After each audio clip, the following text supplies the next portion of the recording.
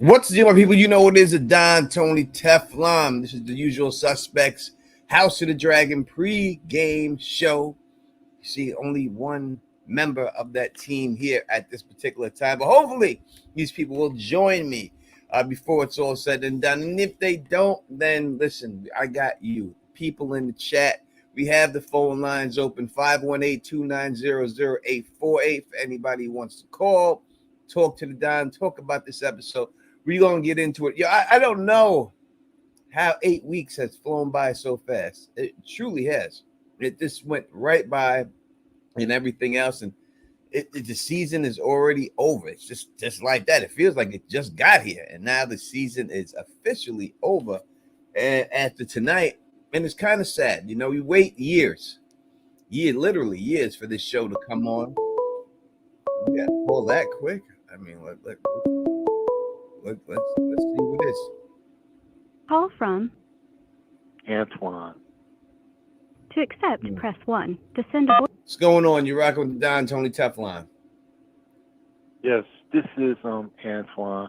I just wanted to say this is going to be a good episode. This is going to be a good episode tonight.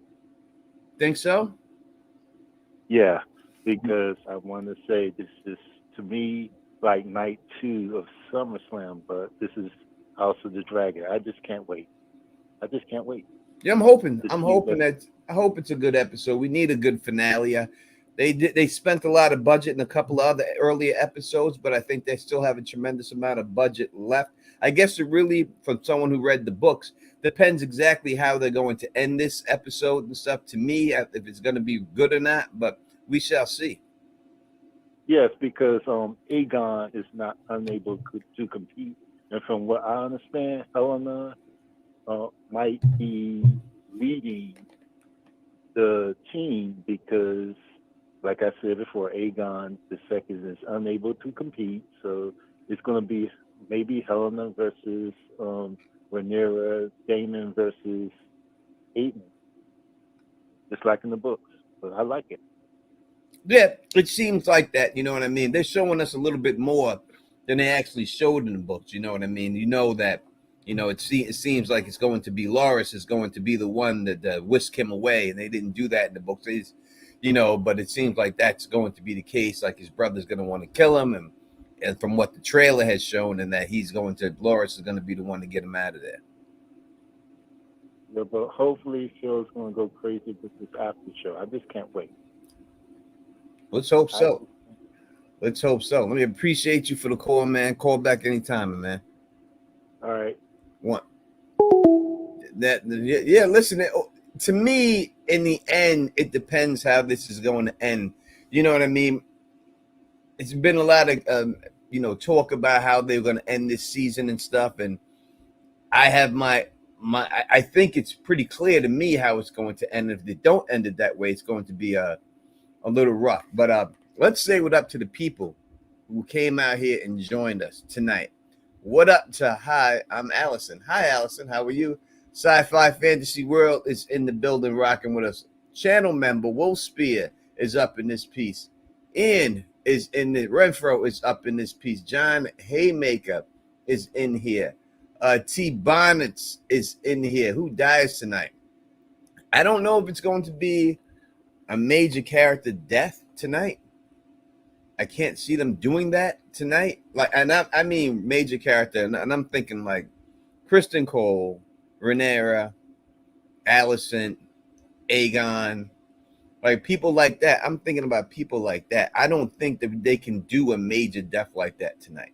I think that they just got the dragons, for all the dragon seeds. These dragon seeds is gonna know how to ride these dragons right off the bat. We seen last episode, dude couldn't ride that dragon at all.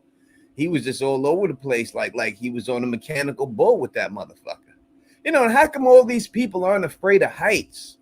Everyone in Westeros ain't afraid of heights. You just jump on the dragon's back and drive.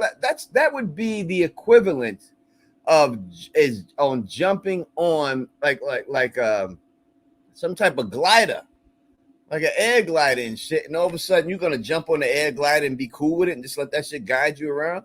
I don't think that most people would be like that. You know what I mean? But these people seem like they jump on these dragons. Ain't none of them afraid of heights or nothing.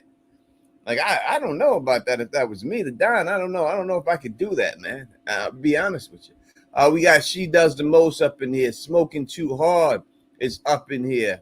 Why So Curious is up in here. Latoya is in here representing Birmingham, Alabama. My homegirl from such a long time ago, Mona Carmona, is up in this piece. So glad to see you. Haven't seen you. I hope everything's good with you. Miss Duncan the Tall, waiting for the Hedge Night series to begin.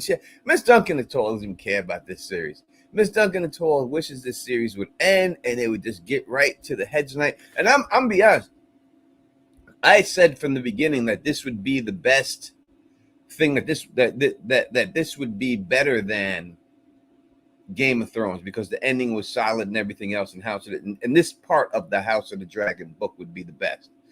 But I really think that the Hedge Knight has the chance.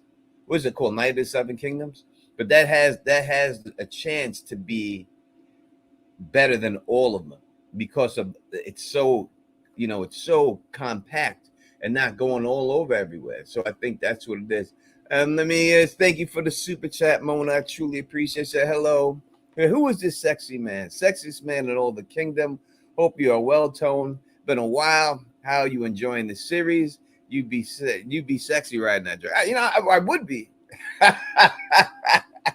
Ain't no doubt about that. But I don't know.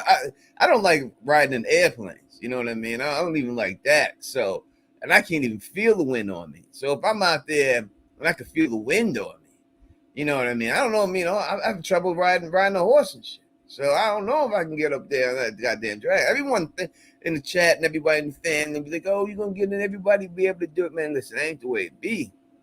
People don't be like that. That shit ain't realistic, man. That shit would be a little crazy, you know what I mean, for doing everything else like that. So I don't know if I could pull that one off. But thank you so much for the super chat and the kind words. Larissa Momo is up in this build. John Haymaker is up in there. Also, pause on that, John. Pause 100%. So how am I enjoying the series was also a question that was asked. I think that the series as a whole has been a good series. Now, I think season 1 was better than this season. I like some things they did in this season. I don't like some things, you know what I mean, about some things that they did in this season. It all depends. Like the whole Damon situation and him and Harrenhal. I mean, they really got to do something to pay that off. If they don't, then to me, that it was a waste of time. If an army or something just comes in there and he gets his arm and he goes out to battle, like what was all that visions and stuff like that going on and everything else? They have to really do something to pay that off. They have to do something big. So hopefully they do something big with it. Whatever they do, I have no idea, but it's got to be something. I mean, you can have him having these dreams for nothing. And just to have him and stuff, just to search his inner consciousness, that's not good. That wasn't good for me. As for everything else, the Battle of Rook's Rest, the battle was actually good, but the other battle they didn't show the battle. And I think that's a problem because there's so many battles in this short time period.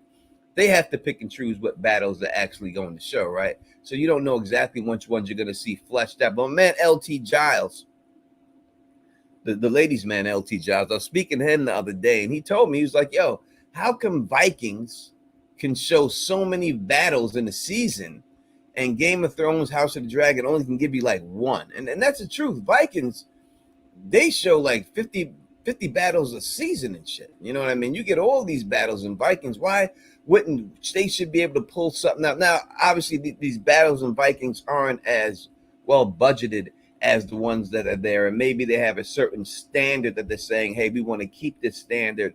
We don't want, but I would take a couple of little battles, and then you could have a huge battle, you know what I mean? But I'd take the couple of little battles that they do in Vikings. They could show some more stuff than what they've been showing and everything else. So that's what I would think. Let's go through some more people in the chat that are rocking with us right now.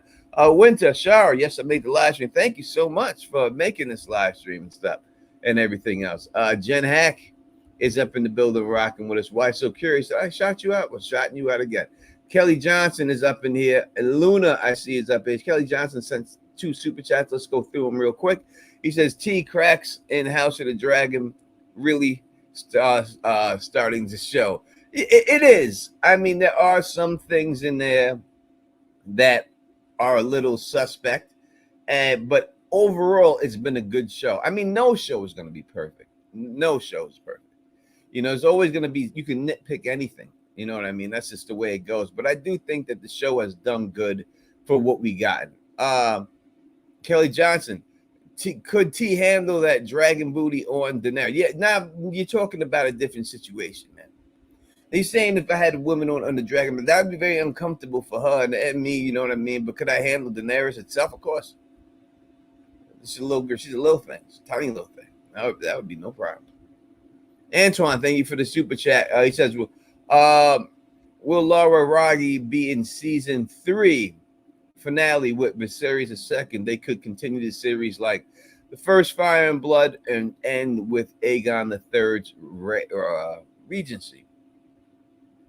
I don't know if that's the way they're going to do it right now. I don't think that they're going to bring in any new characters right now at the end of the season. I think anything new you're going to get it next season. How it ends is contentious to me. I only see it ending one way. I don't want to say how I feel about it, but if it doesn't end the way I'm saying, I just don't know how they pull it off. They've set up the whole thing. So I would think it would have to go that. Again, how many seasons are we dealing here with? Are we dealing with 4 seasons or 5? I think it's a 4-season show. I don't think it's 5 seasons here. I think it's only 4. So they got one more series, and then they got to end it the next. So for that reason, I think they have to end it with, if you get all these dragons together and you get your peoples together, I think you're going to have to attack the King's Landing eventually, right? What are you going to wait for?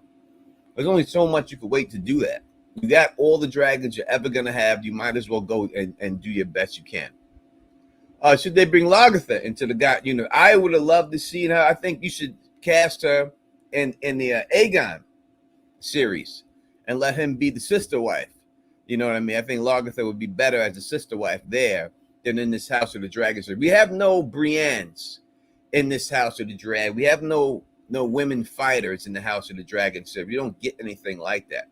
You know what I mean? That's just not the way it goes and everything. So I think Lagertha would be better served where she could actually fight, and that would be with Aegon and his sisters. You know what I mean? That would be the only way I could see her going. It'd be a waste of her talent and a waste of her skills as a fighter that she has shown in training and on the show, just to have her just out there just looking pretty and stuff. You need to see how to get some hand-to-hand stuff going on there. Again, you can call up 518-290-0848. 518-290-0848 is the number for you to call to speak to me. You don't have to do anything, put everything off. You don't have to say it in the chat. You can bring it all up and everything else like that. But thank you for the super chats. I truly appreciate it, man. 100%. Mona says, so crispy. He all right, but his attitude turns me. I think that women like the actor who think he's attractive, but again, attitude has a lot to do with it. And I think his show makes him unattractive to women. Call from Jonathan. To accept, press 1. What's going on? You're rocking with the Don Tony Teflon. Hey, what's up, Tom? What's going on, man? How's everything? Hey, it's Jonathan again, John Haymaker. What's going on, John? Hey? Yeah, I wanted to talk about how the dragons pick people. Yep. It seems like they just pick whoever the hell they want, right? No real science to it. No, I don't see any science to it. I mean, they're trying to say some type of Valyrian blood or something like that, but it really doesn't. It just seems like whoever they feel like. Listen. Yeah. The dragon, Sea Smoke. They tried to put that white boy on him. He was like, nah, because once you go black. Sir Stephen Curry. Yeah, he said once you go black, you never go back. So he wasn't trying to have no white man on him. That was that. Yeah, but they told him, show no fear. And the moment he got confident, Sea Smoke burned him. Yeah. If you act afraid, you get burned. But if you don't act afraid, you get burned. It doesn't make a diff, you know. It all comes down to who they want, I guess, in the end. You know what I mean? Yeah. Maybe. I mean, they said Go ahead. Rhaena was, she tried to claim Sea Smoke, and she's a true-born Targaryen. Her mama's a dragon rider. Her daddy was a dragon rider. Her grandmother was a dragon rider, but Sea Smoke said nope. Almost ate her. Yeah, nah. They didn't want none of them. They didn't want that. Nah, Sea Smoke, yeah, he already picked Adam a long time ago. He was cruising him on the beach, That's the one I want, just because he's what's his name's brother, half brother. Mm-hmm. Yeah, and he's just like, hey, they told him to show no fear, right? Adam was terrified of Sea Smoke. He just ran, he ran for his life. He did. Well, listen, a dragon chasing you. I've seen people run from dogs, bro. Yeah. Sprint. If dudes is running from Rottweilers, what do you think they're gonna do when a dragon run up on him? Yeah. If Sea Smoke caught up to him, you at it. He just looks him in. Yeah, he just looks him in the eye and says, "Come here, you. Now I likes you, and I want you. Oh, you can do this the easy way or the hard way. Are you saying choice is yours?" And Adam chose the easy way. Are you saying he's the booty warrior dragon? Well, yeah, he does like that booty, It's the same thing with like Ulf, like Ulf wasn't brave. He was playing dead. He was playing possum. Yeah. He just had to lie down with his hands up, like, all right, I'm gonna die. So I'm like, yeah. And what's his name? Hugh the Hammer. Yep. Yeah, he was brave as fuck, right? Like, come at me, bro. And Vermithor respected his game. He said, yeah, come on. I got you. Yeah, I think what they're trying to do is prove that every dragon has their own personality, right? And because when you had Daenerys dragons in Game of Thrones, you didn't get anything of the personality of the dragons themselves. So I think they're really trying to stress that this season and let you know all these dragons, they think they do what they want, right? And everything else.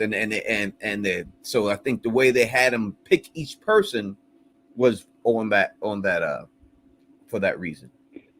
Yeah, think about it. All the other dragons in Game of Thrones just look the same. They're just different colors. Mm-hmm. They all pretty much acted the same too.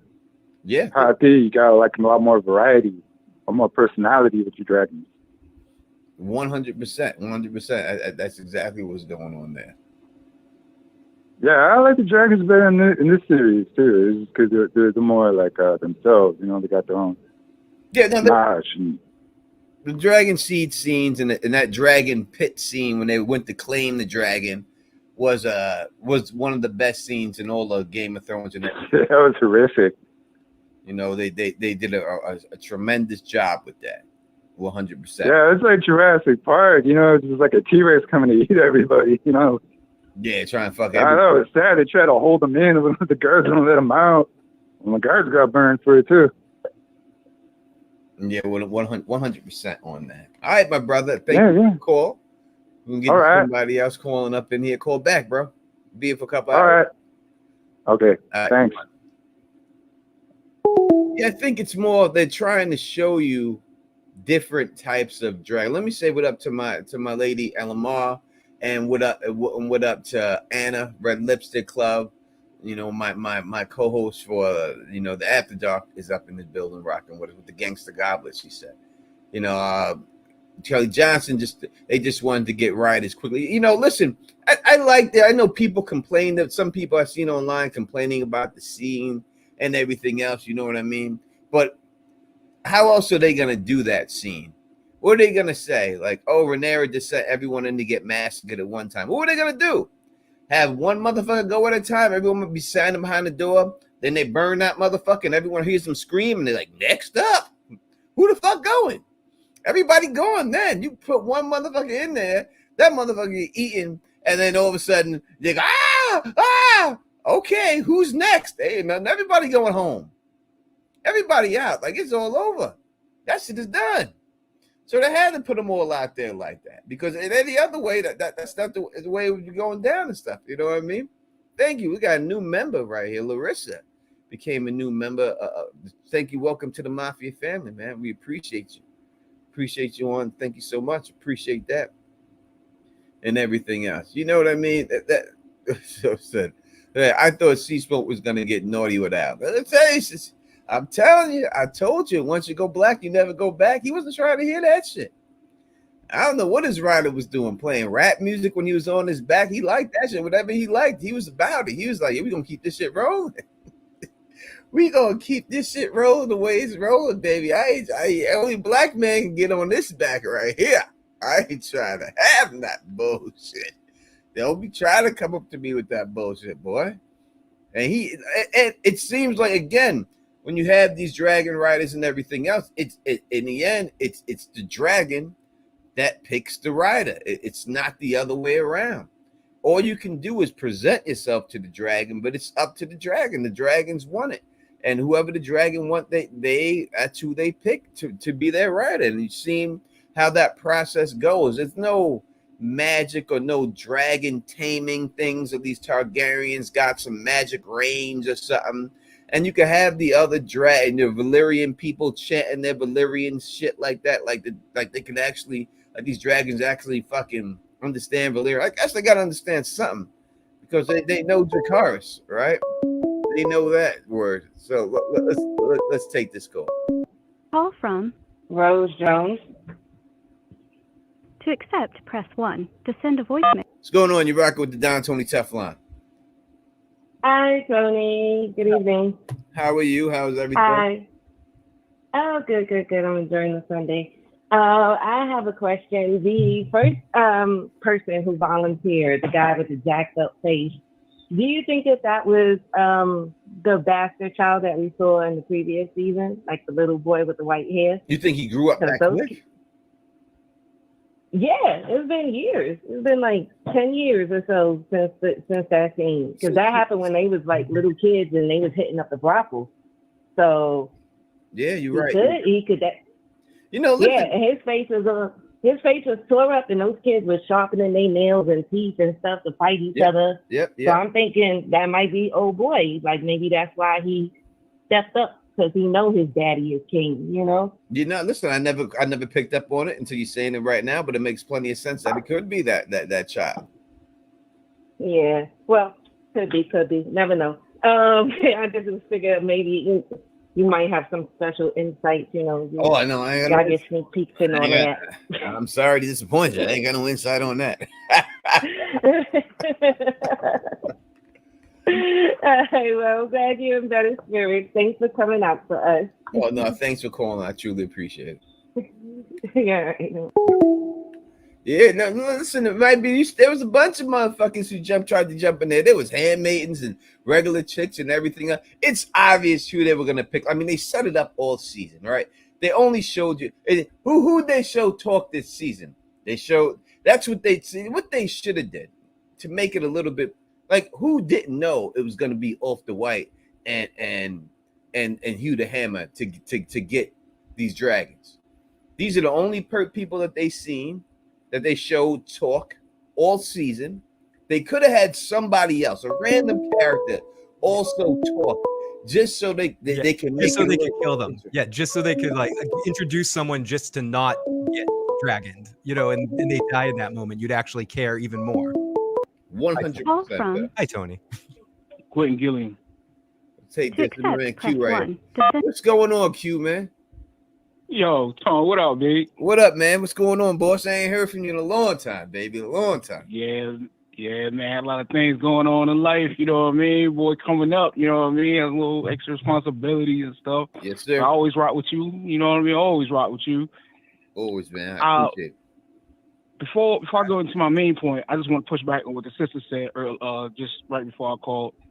I think that kid, that dude, Dennis Pelhair, whatever his name was, Silver Dennis, whatever his name is, I think he's a little too old to be that kid. Okay. Because even if it was like 10 years, the kid was only, 5 or 6 years old. That dude looked to be in his 20s or, early 30s, whatever like that. But, they could cast stuff, whatever, though. So she has a kind of a point, but I think he's a little too older. And also, I think that kid is meant to be, which I don't want to spoil nothing, but if anybody's listening, people listening really know. I think that kid's supposed to be like Damon Pelhair or whatever like that from the books, or something like that. Maybe that's just my point. But I want to call in and just express my opinion on how I feel how they're the showrunners are taking certain liberties, sort of like Dave and Dan did with Game of Thrones, and it's hasn't gotten to that level yet because it's a real entertaining show. It's not like how it was from like season 5 to 8 in the original Game of Thrones series. I hate what they did with Blood and Cheese. That was so hardcore in them books. Like Mhm. that was so hardcore. That's how I got some of my family and friends that was like, oh well, we watch Game of Thrones, but we ain't rocking with no subsequent spin-offs or whatever like that. That's how I got them into it. Like, yo, just listen to this. I pull up an audio book. I'm like, listen to this. It's hardcore. They ruined it, and they made it kind of like they say it kind of pussy. It's weak. They ruined that for me. What's your opinion on that? Yeah, no, I thought they did it again. So it's two different ways to look at it. You could say that the stuff that they did, they had to tone down. Like we know in Game of Thrones, right? We know that it wasn't Sansa who gets got by Ramsay, right? We know that it's supposed to be a fake Arya who gets got by Ramsay. They can't show all the shit that they put in that goddamn book. What happens to her when she gets raped? You know, you can't have the beastie, and all that. Yeah. You can't have the bestiality and all that shit that really happened, right? You know, that's true. So is it a situation like that where to really behead a little boy on camera would just be too graphic and you just would get too censored for that? You couldn't pull that off. But they did cut his head off though. They did. They didn't show it. You know what I mean? But I agree with you saying about Blood and Cheese himself. They were fucking clowns. Like they was two clowns up in there. They were like Lauren Hardy and shit, bumbling their way all the way up there. There was no rhyme or reason about it. They sucked. You know what I mean? Compared to what we got in the books, it seemed like these dudes were professional hitmen. And these motherfuckers wasn't there like crackheads. You paid $10 to do a hit. Yeah, they were the Beagle Boys, DuckTales. Word. And I don't want to nitpick too much because I do enjoy it highly. I still think it's better than most of the things on TV. But that Damon Harrenhal stuff, they stretched it a little too much. It was meta at first, then it started getting annoying, But otherwise, love the series. Always rock your tone, and that's it. Peace. All right, brother. Peace. So Tony, I want to touch on something that man Q right there. Q been rocking with us for a long time. Man. Yeah, Q is out. He pops up in mine as well. I don't mind the changing thing, Tony, but to your point, there needs to be a rhyme or reason to it, because I agree some of the stuff was changed because you just, you don't want to show it on TV in a specific way. But then there's some stuff that I don't agree with why they choose to change it. Like, I'm sure we'll get into the nettles of it all eventually, or maybe in the off season, get into that a little bit more. Or if we go to things that George is being pissed off about, like he's been out this week or a couple weeks ago and was talking about being upset about the location of where some of the dragons are, that all the dragons should be on Dragonstone. There's no reason they can't have all the dragons at Dragonstone. Or in the original series, there's no reason why they couldn't have had Lady Stoneheart. And that pissed George off enough to have him not work on the show anymore because they took out Lady Stoneheart. And that's something so some of the changes that happen in both series, I agree, are just innocuous. They don't matter. But some of them are just odd choices that I don't think take away necessarily from the quality of the show, but they're things that you go, why? Why would you change that exactly? Why? Like, even like with the nettles of it all, when we don't have to get into that today, but like, it's like, why, but that's shitty. Or with Lady Stoneheart, it's like, I think they just wanted to get one over on George. They couldn't figure out a way. They didn't want to pay what's her name to be there or whatever reason. So I think they wanted to be like, no, George, we don't need that for what the story we're telling, or whatever reason they decided. And I just think sometimes, Tony, it's not always for the right reasons, I guess is what the Lady Stoneheart thing could have been done. You would obviously have to pay the actress. Maybe, I think it's those showrunners. Different reason. Yeah, different reason. They were like God, Emperor showrunners. Like this is our show. We're gonna do what we want. I think Ryan Condal's a little bit different. You know what I mean? Than them and stuff. So because listen, these showrunners were terrible. Like the actors Barristan over here, we told them like, yo, I'm not dead in the books yet. What are you killing me off? And they went on an interview and said, because he said that to us, we're happy we killed them off. Yep. You know what I mean? That's what the fucking showrunner said. You know what I mean? Which is some bullshit. We in the needed end, to you kill know what I mean? Barristan because we needed to shock people again, and we want. Again, I was watching somebody else's video. I'm not going to give them credit, but they did something like 5 years later, looking at Game of Thrones, and they made a great point about the Dany storyline in the end. And I won't go too far down this road, but that if they really wanted to do the Mad Queen thing, Barristan would have been a really amazing character to have there at that time to interact with Daenerys after Jorah's gone, after everything. You have Barristan there. You create another dynamic for Daenerys that might have made more sense because that's her connection to her father and her brother, and like that's the connection to that whole other Targaryen side of the family. So maybe it would have been Barristan that would have had to kill her, and that could have been stronger than Jon Snow in a weird way. And it would have been better because because then it would be twice. You seen Jaime kill her father, King's Guardsman, and now we got another King's Guardsman killing her. You know what I mean? Killing another Targaryen that went mad. Something so like it would have been much better if it was Sir Barristan. And we're not fleshing out the idea. I'm just saying, like, to put it out there is something like he would have been a very beneficial character for that. And that's the thing in this show. You got to make sure that they don't, and they're not. I mean, we haven't seen Darren yet, but he's gotten some mentions. He got some, so we know he's going to show up eventually. I think there's only one character so far that they've chosen not to do that I have a problem. Nettles. That is Nettles. And I'm telling you, the reason why they didn't do, they can say what they want to say. I'm going to tell you, they didn't do, and you could say, listen, I want to give this actress some more role. So we did that. But they didn't do Nettles because the Valyrians are already black. So it's not as important to have a black dragon rider as it is in that story in House of the Dragon, because she's the only black dragon rider in that story. But now we got a whole bunch of Valyrians, a whole bunch of black people in there. They were like, listen, we don't need to have Nettles in there. We could just put another black girl in her place and everything. And I think that's what it does. Now, that takes away from the whole Nettles Damon situation, whether it was actually something going on there. Yeah. And it's going to add more tension. I think in this way, when Rhaenyra does what she does and says what she says later on, it's going to add a little bit more tension to it and everything else. So, I mean, I can see the rationale where they're rationalizing it. I just think that character is such an iconic and important part of the story, at least the way I interpreted it, not just for the reasons of race, but also just her unique interactions with Damon and all that sort of stuff that wouldn't work as well with his daughter, or just it's just so I think you're underselling a big part of the story. Now if y'all go back in the history, I said this was going to happen. Oh, I remember you totally called this, Tony. So, I mean, if y'all want, let's be honest here. I told y'all there was going to be no nose, and I told you they were going to give her parts to his daughter. I told y'all this before this shit happened. You did. In the beginning. Everyone told me, "Oh, you don't know what you're talking about, Teflon. There's no way they're going to do that." Here we are. Tony, I think just to be in pure honesty, I believe I said there's no way they'll do that.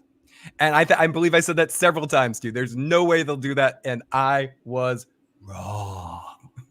Yeah, no, Nettles, Jackie C says this. We still might get Nettles. Nettles is done. It's done. Just that like we saw Mushroom last season in the group of, maybe we'll pass a background actor who say that's Nettles. Someone in a meme somewhere will be like, look, in the background, it's Nettles. Yeah, there's Nettles right there. Now, Nettles is out of here. Luna says, what do you think about the Rhaenyra dragon scene to the cave, to the pit? Only the strong survive, I guess. What do you think about that, Phil? What do you think about the Rhaenyra dragon seed into the dragon pit? Only the strong. Okay. There's a couple things there, Tony. I heard you talking a little bit about that while I was setting up. Okay, I think just from a television standpoint, it makes a lot more. There's a couple ways to tackle this. How do I feel about it in a moralistic standpoint of Rhaenyra doing this? I think it's fucked up in some ways, but I liked it too from the actor standpoint. Like when she smiles and she's almost not getting off on it, but she's enjoying the spectacle of it. She's a little horrified, but she's also like, yeah, this is gonna be crazy. But just as a television scene, Tony, you don't get much better than that from this show. That was really awesome. I think the visual aspects of the way it all came together. I am hard on the show when it needs to be hard on. The visual aspects of the show are stunning. The CG is some of the best stuff since Gollum. Like you really, really feel or Planet of the Apes movies, the recent ones. Like it's just, or whatever, you enter this thing here. They really establish all these dragons' personalities. We didn't get a chance to talk about it, but the Adam getting chased down scene by Sea Smoke was totally like I've had that relationship. You were talking about Rottweilers. Every Mhm. cat I've ever owned in my life found me like that. Just tackled me. Just followed me and eventually scratched me and like, you're mine now. I'm taking you. It was such a cute scene. That was a cute dragon scene. Aegon with his dragon earlier in the season. Each one has developed such unique personality that Vermithor in that scene, it was Vermithor, right? It was just incredible. Like trolling the whole crew. Because I agree, they doesn't know what they're speaking. It's like, I don't care. It's like, yeah, your dog learns to sit, doesn't really know what you're saying. It's like Bud Bundy, blah, blah, blah, blah, blah, blah. That's what you hear in the background. Dragon's not really listening to them, Tony.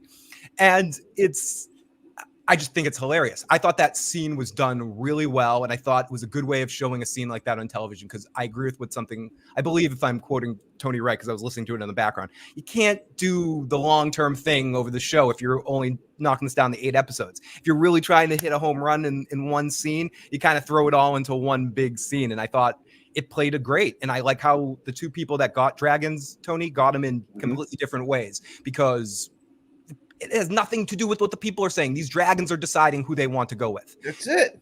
He likes you because there's anything else. Nothing at all.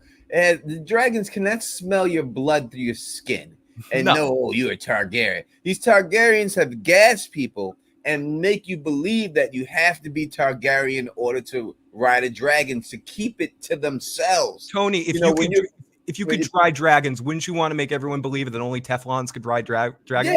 Yeah, of course. But this is how they do it. Listen, when you have a dragon egg or a puppy or a cat, and you raise that cat alongside of somebody, it's going to like you. It knows you. You're the one who fed it the whole time when it grew up.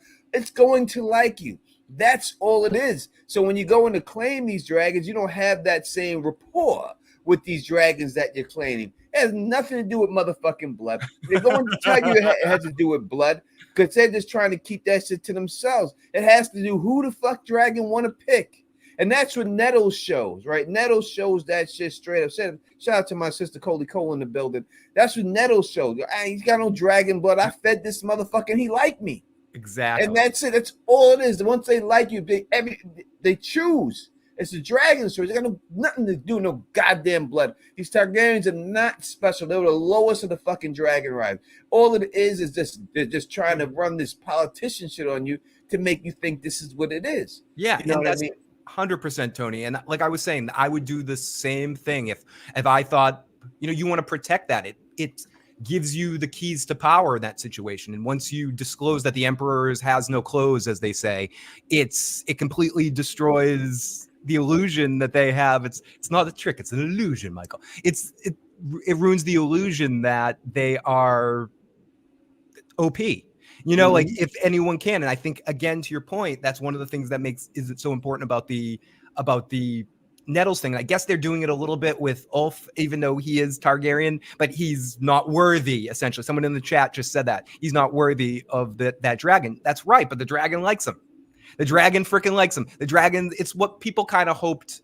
I know there's the Tyrion Targaryen whole thing, but even beyond that, I think some people were hoping that because of Tyrion's knowledge of dragons, and because he was probably one of the more knowledgeable dragon people in the Seven Kingdoms at that point in time, of like researching them, that one of Dany's dragons would be like, I like this guy. I'm riding him on my back, or something like that. There was a bunch of people wanted the Tyrion Targaryen thing to happen because Tyrion deserves to have a dragon.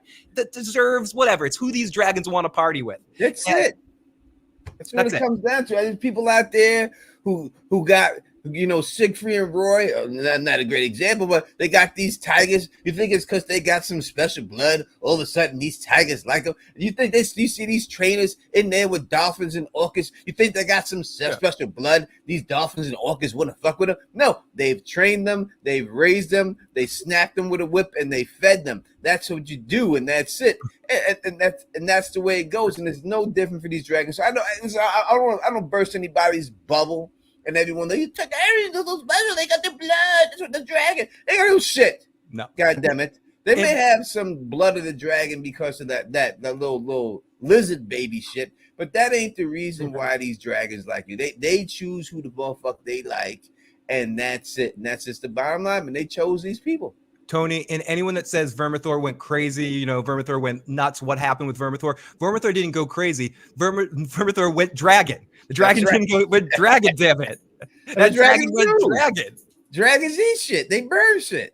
That's really go crazy. Vermithor went dragon. That dragon went dragon, Tony.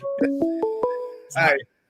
Once you said Siegfried and Roy, all I hear is Chris Rock's voice in my head going, that tiger went dragon. That tiger went tiger. That's one of my favorite Chris Rock Awesome. jokes. Cliff from Connecticut. I'll be right back. To accept, press 1. What's going on? You're rocking with the Don Tony Teflon. Fill the issues guy. Use suspects. Who you talking to? It's Cliff from Connecticut. What's up, fellas? What's going on? Ain't nothing. Just tuning into the show, getting ready for the finale with the gang like usual. Yes, sir. But I wanted to talk about this season as a whole. Even the whole series. I enjoyed the second season. I think they did well, but I feel like the problem why this is not on the level of Game of Thrones is no actor, in my opinion, has been able to steal the show. Like, for instance, Game of Thrones was really good because Joffrey was so to hate Joffrey was he just made you hate him, and he was really entertaining. They had other characters as well. Tywin stole the show. He improved the show, not just off the writing and everything, just the feel these actors brought to the table. The aura. I don't feel like the gravitas they brought to the screen. Absolutely. Exactly. And I'm not getting that in this series. I feel like they're doing a good job writing and laying it out, the story, but nobody's stealing the show for me. And somebody got to take it to the next level. That's what the show is missing. We don't have that. We just don't have those characters yet, in my opinion. And I believe there was something else I wanted to touch on. But I don't know. That's pretty much it. So if you would like to, tell me if I'm right or wrong or whatever the case may be, I'll be listening. All right, brother. One on that. Thank you for calling. Yes, sir. Bill, I agree with this dude. There is not one character in here that has stolen the show, as he's saying. Tywin stole the show. Jason Momoa, when he came on the scene, he was a presence on the screen. Peter Dinklage. All these guys, Peter Dinklage, you could say it, they were presences, they were bigger than their parts gave them. Is there anyone on this show who has done that? I guess the closest would be Matt Smith as Damon.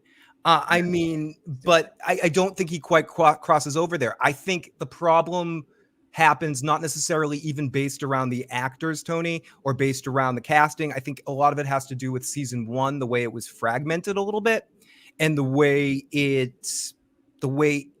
we changed actors a couple times playing these characters. I mean, we've had 2 Rhaenyras, 2 Alicents, a bunch of Aegons and Aemons and stuff. Yeah, no. Whoever just call right back. We're just discussing something. So it's tough. So it's tough, Tony, because I don't think we've spent the time with the characters in the way. If we had followed Millie Alcott's Rhaenyra from the beginning, and this isn't a credit to who's delivering a better performance between the 2 actors. I just mean if they had picked one of the 2 actors and sort of stuck with that and gone through the whole way, I think it would have felt different. Some parts of Game of Thrones, we follow some of these actors since they were kids all the way through their death in some cases. But I think really what it comes down to, Tony, is some of those characters on Game of Thrones are just they're next level characters. There's no time. I don't want to say they're better actors or actresses. I'm not going to go like that. No, the characters are more flat. Do you have a character as crazy, amazing as Tywin Lannister on this show? No. You just don't. You don't. You have Littlefinger light. You don't have Littlefinger. You don't have Varys. You have another character. You have bootleg versions of these motherfuckers. Maybe that's not the way to go. Versions. You have Larys, the bootleg Littlefinger. You have Otto, the bootleg Tywin. Yeah, maybe that's pushing it. That these guys are bootleg. That they should have tried to have them go their whole different route, but it seems like they're trying to reenact these characters that we already seen that were just so good. There's no Charles Dance in this. Like I said, there's no Khal Drogo. Khal Drogo was a presence, all right? And you wanted to see him make it to Westeros and whip some ass. You know what I mean? And there's no one. You don't feel that way about Kristen Cole. No. There's no one you feel that way about. You know what I mean? They don't have that gravitas that we've seen there. Even when you look at Ned Stark, you know what I mean? The actor who played him and stuff, you don't have anyone. Even these other Starks, they don't feel like that. I mean, on the old show, you got that amazing actor. I don't know his name, but he was in like Braveheart 2 playing J.R. Mormont. Like even him, like that small role, or like the role that you have. I know you love him, Tony, but you got a bunch of Stannises. Yeah. You got a bunch of Stannises on this show. Yeah, even the Davos. There's no Davos. There's no Davos. Tony, but that triggered on the last thing that you're really saying, and the truth about this series that isn't necessarily an insult on it, but I think something that Game of Thrones got from the very beginning that this show hasn't quite got. This show does have a sense of humor. Bridge mentioned it in like the smaller humor, but Game of Thrones was hilarious. Like right from go, naturally hilarious. This show doesn't have that sense of humor. Real quick, I will say King Viserys was amazing in his role. Oh yeah, best character in the show. He transformed that role to him, right? 100%. And I thought that he was amazing. I think Rhaenys was amazing in her part. That I love Queen, and I love Corlys. I just don't like what they haven't given him anything. They're underusing him big time. Carmine's been talking about that a little bit. They underuse Corlys. He's not doing it in the first season. Corlys.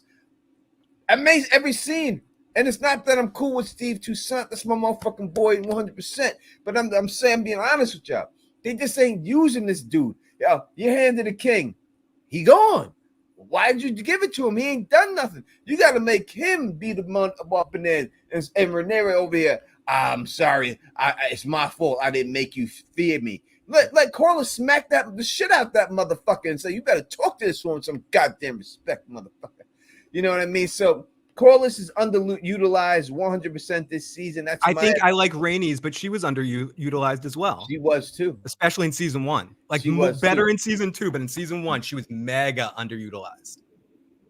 I think the other that's the reason why it goes. Maybe that's the reason why it goes down, and we don't have these characters from Game of Thrones because they're not utilizing them the way they should be. But to that point, Tony, I think part of the problem is, at least in season 1, I think season 2 is a lot better at it. And some people might argue and feel a different way, but I feel like season 1's pacing was a little too quick.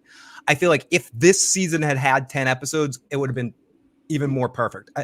Now that we have had a couple filler episodes and the way that they're stretching out, and the way we're kind of seeing the way the season's going to play out, I do think there was a way to frame out this season a little longer, and it would have been a little bit better for that thing too. I think with Game of Thrones, before they started cutting episodes, even in those first 3-4 years, you have 40 episodes right there to really break down these characters. After two seasons, you have 20 episodes, like full hour episodes too. And I agree with Squishy King. Corlys has done the same scene with Alan 4 times. It's always the same thing. You know, they showed him one time, they show him, cutting his hair, making himself bald. So he's, you can't see the hair and stuff like that. But it's always the same thing. Like you gotta, they should have stepped that up. Like, listen, Rhaenys knew what it was. How he don't know what it is. You know what I'm saying? Yeah. Like if Rhaenys was ever seen him one time and Rhaenys put it together. She met the dude one time and was like, "Hey, how you doing?" Oh, look at you. I bet your mother was beautiful. She knew right then how he ain't put it together yet. You know what I mean? So now they have not done Corlys justice this season 100%. Tony, that the first season they could have done a much better. And the question for you, Tony, with we're talking about the character, the guy, the it character. I mentioned Damon. I think Damon is supposed to be that character. I think for this show, it's supposed to be Matt Smith and Damon Targaryen to be the guy that kind of blows up the scenes. The guy you're talking about coming off every episode. Whether it's achievable or not, I don't know. We'll take this goal. Call from the Almighty King. To accept, press 1. To send a voicemail. What's going on, KP? I did. Wagwan. Phil, what's going on, mate? Listen, buddy. First of all, I want to say we're going to run the Jeopardy clock. Very, very hurt and disheartened that we haven't been able to talk about episode 7 until today.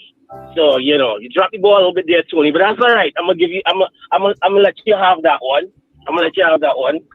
Secondly, I agree with the point that you guys made that there wasn't a real standout starring actor in this season. But I also want to say that I don't think that we mean that as like a nitpick or that automatically makes you think. But this, let's be very honest, this thing is good. This is good TV. Very good. Yeah. Do you guys agree? Yes. It's good TV. Very good TV. So we're only commenting on things because, we're talking, right? It would have been nice to have a Khal Drogo, a Tywin Lannister type that, that we follow even off screen. Like we follow the actor as much as we follow the character. I think that happened to Game of Thrones. Obviously, it kind of dissipated because a lot of those actors haven't really been working that much after Game of Thrones. And let's be completely honest, it's a difficult business. And for most of those actors, that will be their best role of their lives. For most of those actors, that'll be the best role they ever have. A lot of them are very young, so it might be disappointing for them that, they're only 20-something and they've already had their best work done in this acting world. But that's where the cookie crumbles, man. So I wanted to say that we're not nitpick, because I have a friend who says to me that, I think Game of Thrones people are just haters. I'm like, we're not haters. Like we love the show. We're not telling you we're not saying that the show is bad. We're just saying if you're asking, so we have to tell you about one thing that could be improved, that's one of the things that we'll probably mention. Am I right? Am I right or am I wrong? No, I got to give it up to you, KP. I think you're 100% right on this. Glad to hear. So, what I have a last comment, and I'm on my way driving to the airport to pick up my wife and kids. They're coming back from the States, a little vacation. So we'll see. It should be a nice Sunday night here. But just a comment on the last episode 7. I found myself at the 45-minute mark looking at the TV and realizing there's only like 20 minutes to go. It was a long episode, so there was only 20 minutes to go. And I'm like, I was expecting a battle. And then they did the Vermithor thing, which kind of cooled me out. I was like, all right, you did that thing with Vermithor, then you did the all fly over King's Landing. Was that planned, or was that just dumb luck that, Silverwing took him over there? I don't know. I don't think we're going to get the answer for that, because if it's one complaint I might have, is we don't necessarily get answers to too many things in this House of Dragon series, which is fine. On the idea of dragon bonding, it seems to be that a dragon bond is about as fickle as a romantic bond between a man and a woman, or two men or two women, whatever it might be. So it's not really, there is no mathematics you can do to determine who a man will fall in love with, who a woman would fall in love with. Like, you can say, well, they like tall people, they like dark-skinned people, they like people with a good bit of money. And you can bring a guy who's tall, dark-skinned with a bunch of money, and you're just not interested. Don't know why it is, just not interested. I like that, man. So that's a good one, Sonic. I think that is kind of, I think that's kind of the idea that they're painting about the Dragon Ball, which makes sense. That really is all this Targaryen blood nonsense. I mean, it's nice to say that, but having Targaryen blood might make it easier for you to bond, but it's not a be-all, end-all. It doesn't mean that you will bond, and it doesn't mean you won't bond. It's just a matter of who is the dragon like right now, who is the dragon looking to deal with in this situation. So, still going. So, I like how you stand up, you're bumping up over the place, you're hitting things, and, you're crashing into eggs. I like that. So, let's see what we can do. And then, Vermithor likes, what's his name? Hugh, the hammer. So, I like that, because they're not actually saying it, right? They're not telling you that, this Dragon Ball thing is nonsense, it's just a matter of who the dragon likes.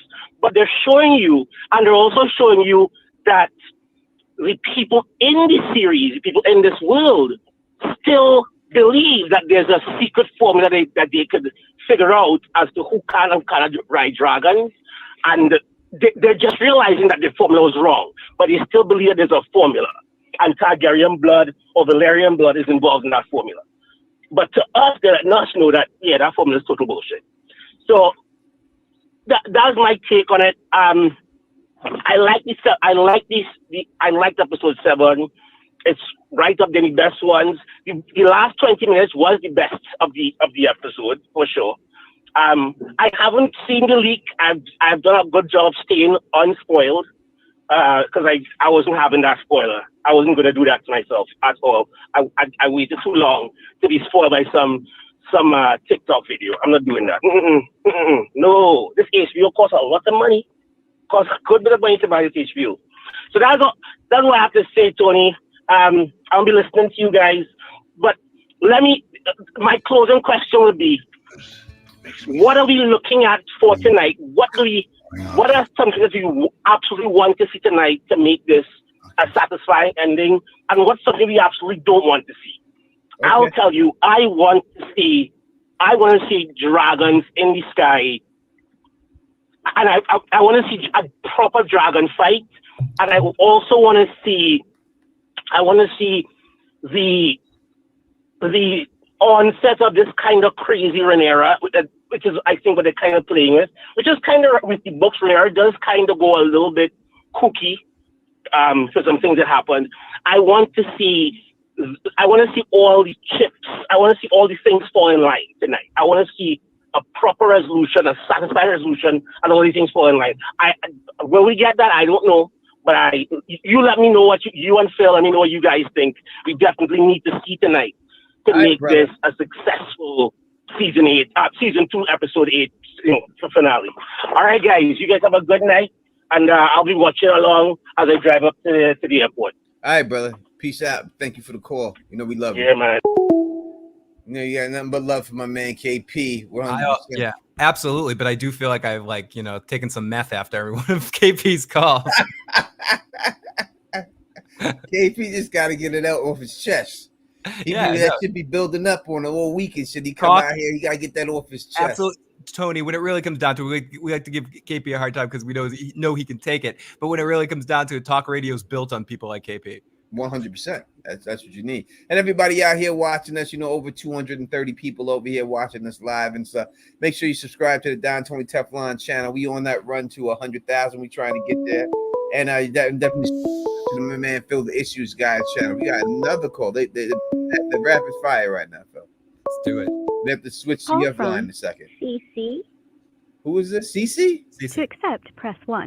CC, you gotta talk up, girl. I can barely hear you, girl. Oh, hi, friends. How are ya? There we go. What's going on, baby girl? Oh, wow. So excited to see y'all. I'm sorry. There's like a 2-second delay between my computer and my phone. Y'all are looking fine today. I missed y'all so much last week. Oh, thank you so much. Thank you so much. We truly appreciate it.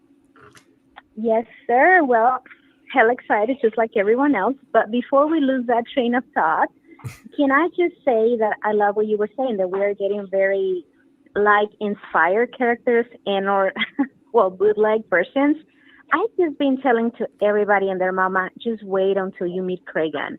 If you love Ned, Robb, and all the Starks in the series, Cregan is the person. He is the top Stark. He is so in the books. I hope they don't water that down. He is in the books, but what we've gotten from him so far seems like a Stark clone cosplay.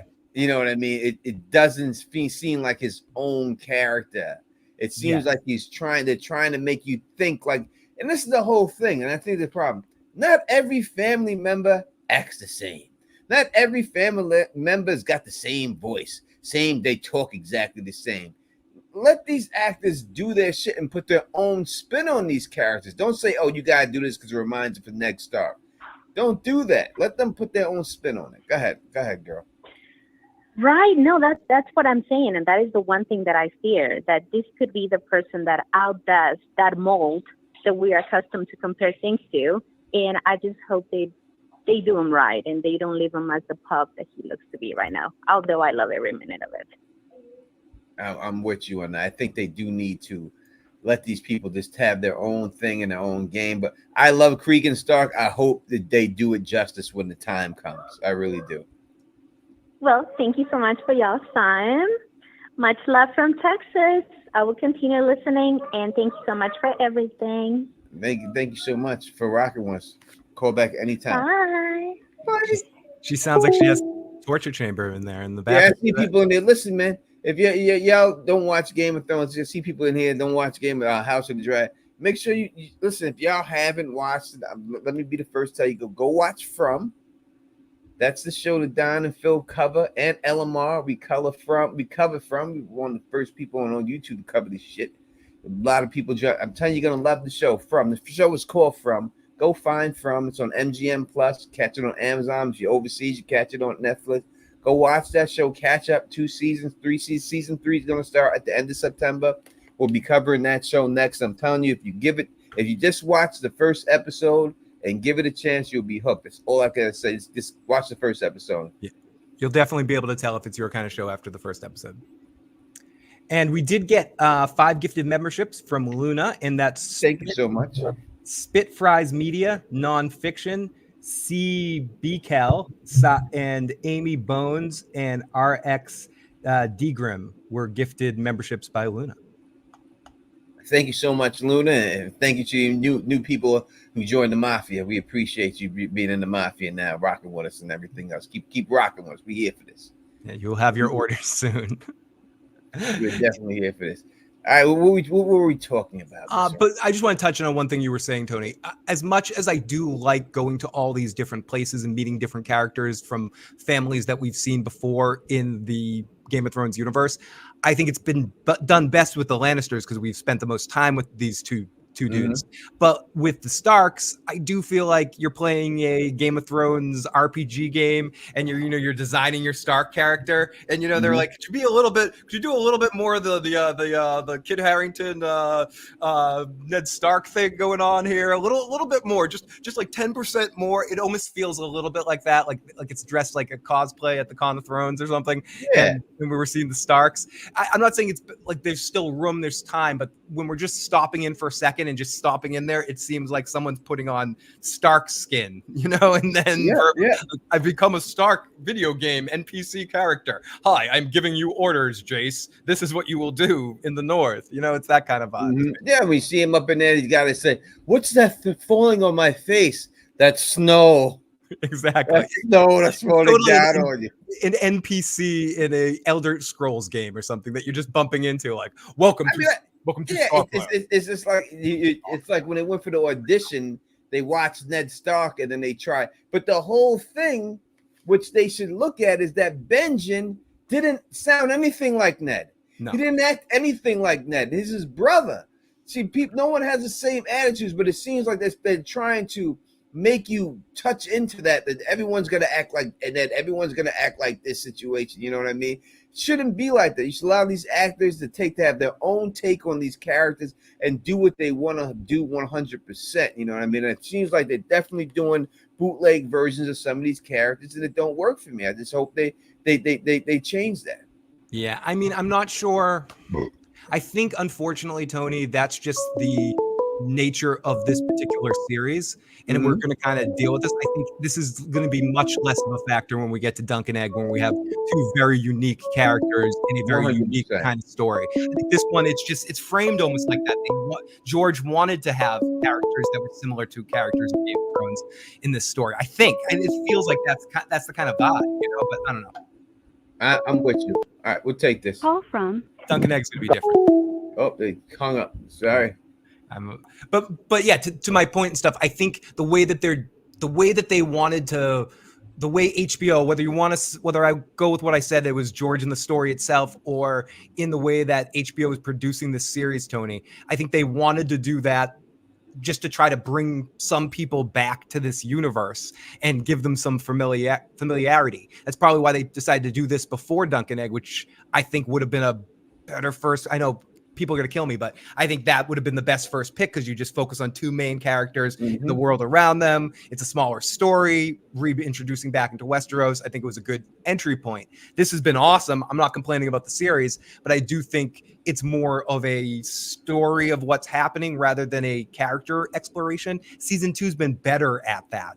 But season 1, we zipped through times. You know, there was like 2 episodes in one time period, zipped to another time period. So it was kind of tough for me, other than Viserys, who is a constant. And you're right. I mean, okay, who is unique in this show that isn't sort of a discount version of somebody? I mean, Rhaenyra is a unique character. You would say, yeah, Rhaenyra. Alicent is a unique character. She doesn't act like Cersei or anyone like that. They're unique characters. Otto is a clone. Otto's a clone. Loras is a clone. Aegon's a clone. Aemon's kind of his unique character, unless you want to say he's television. Friggin' what's his name? Urine Tiger. The voice is about to come on. Oh, awesome. Okay, I'll be quiet and Call listen. from the voice at 916. Hello, you rock with the Don Tony Teflon. Fill the issues, guys. Usual suspects. Hello, Tony. Hello, Phil. Hi. Hey, I'm so excited about tonight. Oh, we're excited too. You know, going along with the rest of the discussion, when we compare Game of Thrones compared to House of the Dragon, there are such huge differences. And I think a disservice was done by the writers to House of the Dragon. And I say that when I compare it to Game of Thrones and House of the Dragon, the pacing for me was the biggest issue. In the season 1, it was the jumping around, changing the characters without really establishing them really well. Yep. And in season 2, it was just way too much time at Harrenhal with Damon. I mean, I got what they were trying to say on the second time they showed him with his visions and dreams. That time could have been best served with another character, at least in my opinion. That's one thing. And in Game of Thrones, there was more, there was a lot of character-driven storylines, but also we dealt in the political machinations, other houses. We became familiar, so much more familiar with the wider world of Westeros as opposed to House of the Dragon. It stayed pretty local. And by the time we started moving out in season 2, in this season, it was just a second here, a second there, a second here. So it felt like, Fire and Blood, as it was, like an encyclopedia of just events as opposed to a full-blown story. I agree with you on that. And I want to ask you, is there any character who holds the same gravitas as a Tywin Lannister in this show? No, but the one character that I did feel most attached to was Viserys. Okay. But anybody else, no. Not at all. Not even close. There's no one that like grabs the screen like say like Jason Momoa did in Khal Drogo. There's no one that just when they get on that screen, it just commands that screen. I haven't seen that yet. Rhaenyra and Alicent do, but in a different way. Exactly. You're exactly right on that. And it's just, you know, I mean, there are some interesting characters, but they just seem, like you said earlier, bootleg versions. You know, we have Otto, bootleg Tywin, you know, even though Otto should be a full-blown character because he is interesting, and I'm waiting. I can't wait to see him come back if he comes back. But, you know, but there's really no really exciting and intriguing, even Rhaenyra and Damon, kind of, but I think the Harrenhal thing kind of blew it for me. So, yeah. I'm in the minority. I like that. Yeah, I think they had a chance, and maybe still they do with Damon, but I do think the Harrenhal. So again, maybe they somehow they do something that makes this Harrenhal thing worthwhile before the season's over. But I think even so, I still don't think that he has commanded the screen like a Jason Momoa has. And no, he has a different energy on screen. It's just he hadn't, and because it that storyline just kind of, the story started picking up pace because we saw battles, right? Mm-hmm. And we saw different people's reactions at the small council and everything, and then that Harrenhal story just kind of like hit the brakes, sort of, and it just really screwed up the pacing, and I agree. was kind of disappointed in that.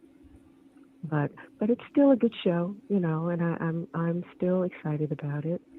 And for Duncan Egg, I'm really excited to see Blood Raven. I want to see Blood Raven and that whole Blackfire thing. I want to know about that. I agree. I think Duncan Egg is going to be a better show than this show. Yeah, I think so. But anyway, thank you for taking my call, and we'll see what happens tonight. Right. Thank you for calling. All right. Stay sexy, Tony. You too, Phil. Thank you. Bye-bye. See, I don't know if it's intentional, Tony, but it almost seems like it's like a good football team where the quarterback goes down, because it was a great show with the charismatic lead of Viserys, and then once he left the show lacks that sort of thing that keeps you like glued to the screen, that one character that keeps you glued to the screen. Same thing you could say about Vikings, right? When Ragnar goes, that's a great example. Recovered. Tony, that's a great example. That's what this show feels like. Vikings without like a good show. Quality stories being told, good characters that are good, entertaining characters. Floki, Lagatha, Rolo, like all characters that can pull scenes, keep you entertained. And I think that's what you have on the show, a bunch of really awesome, amazing performers doing well-written material. But you don't have the star of the band. You don't have it's like Blind Melon without Shannon Hoon, or like the Jackson 5 without Michael. Like you don't have their quality, but if you don't have Michael out there, when you listen to Tito, like it's not good enough. Exactly. It's Tito. We got a bunch Scott of of Great Titos Water here, Watch says I think Eamon commands a presence. Not like Jason Momoa did. Like, it's a different, like when Jason Momoa got on screen, and no matter what scene he was in, Tony, as soon as he got on screen, it was all eyes on him. I don't think Eamon has that command on screen at all, this actor. And you could say maybe it's because of his size, maybe he's too skinny, he's too small, or whatever. Whatever it is, he doesn't have that same situation, that same command of the room that Jason Momoa, like when Khal Drogo came in there, you were like, someone about to get their ass kicked. No one, or something. Even with Tywin, you may not have thought Tywin was kicking any ass, but when he walked in that room, he had a presence. I don't feel that same presence with Eamon. Do you know myself? Do you know what I feel with Eamon? I feel more like you're on Greyjoy, but works better. It's more like that kind of vibe. But he's works better because I think he is menacing. He is sort of, but he does have a little bit of the anime villain thing going on too, like the little bit of that sort of like mustache twirly villain vibe going on. But I think he pulls it off well. I think the actor shows a lot of off better than the actor who played Ramsay did. No, right? No. Ramsay's a little guy. So, because someone's saying I'm body shaming him, Jackie's LOL in it. So Ramsay, the actor who played, he's a tiny guy too. Tiny. But when he got on that screen, you could be afraid of him. Joffrey was small, but you does he have the gravitas of like Joffrey? No, because you know when Joffrey was on screen, anyone could die at any time, like at any time. I don't think he even has the gravitas of his brother Aegon. I think that actor's a better performance. He's supposed to be, discount Joffrey and all, but I think he adds enough individuality that he's his own character. I think Aegon in the early half of this season has proved that he's unique to this show. And if they had done him this way from the beginning, he could have been a character for me. I love the way they played him in the beginning half, like the dumb frat boy kind of vibe. That's different than Joffrey. It's his unique kind of a unique fuck up king. It's a very unique fuck up king. So I'll give Aegon his credit. And I think the actor that plays Aegon commands more presence than the actor that plays Aemon, personally, for me. Yeah. Even Daenerys' first scene, as Carla Way says, even Daenerys' first scene had me in a chokehold. It's a presence. It's a certain presence, and I'm just saying. I think that we're going down the bootlegs side, and I don't think anyone has committed. Not that they can't. That maybe somehow they can, but I don't know. I mean, Millie Alclock when she was playing the younger Rhaenyra, I think she had more of a queenliness about her. I agree. More of more of a care about her. She's stabbing up motherfucking hogs and shit. And this when she turned around and she looked at the screen with that after the Lords had gave that. I've never had that same moment with Rhaenyra. I mean, it's not the actress's fault because she's a great actress, but I mean, the first thing we're introduced to her, she's fucking pregnant. She's getting dragged up the fucking blood on her leg, and she's Yeah, it's a dragged tone up shift. They shift it more serious and more sort of Greek tragedy from lighthearted in the way that it's in sort of a quick jump, Tony. So it's hard. It doesn't transition too well into the next. Yeah, it didn't transition. Like the first thing you see when she's growing up, oh, she's dragging a pregnant ass up the steps and bleeding on the floor and shit like that, and everything else from that regal scene that we've seen her with the crown and everything. The way they just switched to that was very dramatic, and like you should have built it up a little bit before going that. You know what I mean? We'll take this call. Call from Hicks. Ooh. Go grab a drink. I'll be right back. to accept, press 1. What's going on? You rocking with Don Tony Teflon, Phil Issues guy. Who we speaking to? Yeah, my name's Hicks, bro. How y'all doing? What's happening? Tony, what's happening? Phil? What's going on? Not much. Last week, man, I ain't gonna lie, man. You know what I'm saying? I was looking forward to y'all, man. It was almost like when the damn Power episodes would come out, and every once in a while they'd skip a week or something like that. I'm like, damn, Tony got me feeling bad, bro, before the show. I can't even chop it up with my man. I'm sorry, man. I'm sorry. It was unavoidable. If I could have done it, I definitely would have. Oh, no, it is what it is, man. We all got shit to do, you feel me? So I get that. But no, what I wanted to say was more or less, man, I'm not really caring for what they doing with the character Damon in the sense of like him asking the girl Alice Rivers for help. There's nothing about Damon that asks for help in that damn book at all. Like, you know what I'm saying? So I really don't understand the whole what they got going on over there with all the werewolf dreams and everything. I guess maybe at the end of this episode it'll make more sense about all those dreams he's been having. And then I also thought it was a cool parallel when Daenerys was coming over in the original Game of Thrones. I think, what was it, like the end of season 6 or something like that, and she was coming over, and you seen, like, you know, her with all her ships, you seen her 3 dragons and everything, and it looked like, oh damn, man, she's about to tear some shit up, like she's gonna be an overwhelming favorite. I got that same vibe of last episode with Rhaenyra when she finally got the 2 riders for the 2 dragons and everything. You know, it makes it look like she's about to be this overwhelming favorite with, well, I don't, if people didn't read the books, not understand, is like this is really about to be a downfall right here. Like next season's gonna be all bad for her and everything like that. What do you think was going on? Like, why do you think they changed like his character, Damon's character, as far as like he's a very proud, like he can kind of be aloof when things don't go as right type of character, very proud, dangerous, courageous person, but at the same time can be aloof and don't mind leaving a messy situation, like, all right, I'm gone. It seems like they reverse engineered his character to like now he's asking for help. Like, what do you think that's about? Yeah, I think they're trying, and it didn't work, but I think they're trying to, like, they humbled him too much for me, right? And he, like, when you're that pompous as he was, and to be humbled, to let this little Lord scream at you, even though Lord's giving them the eye, like, let me say this so these people are on your side.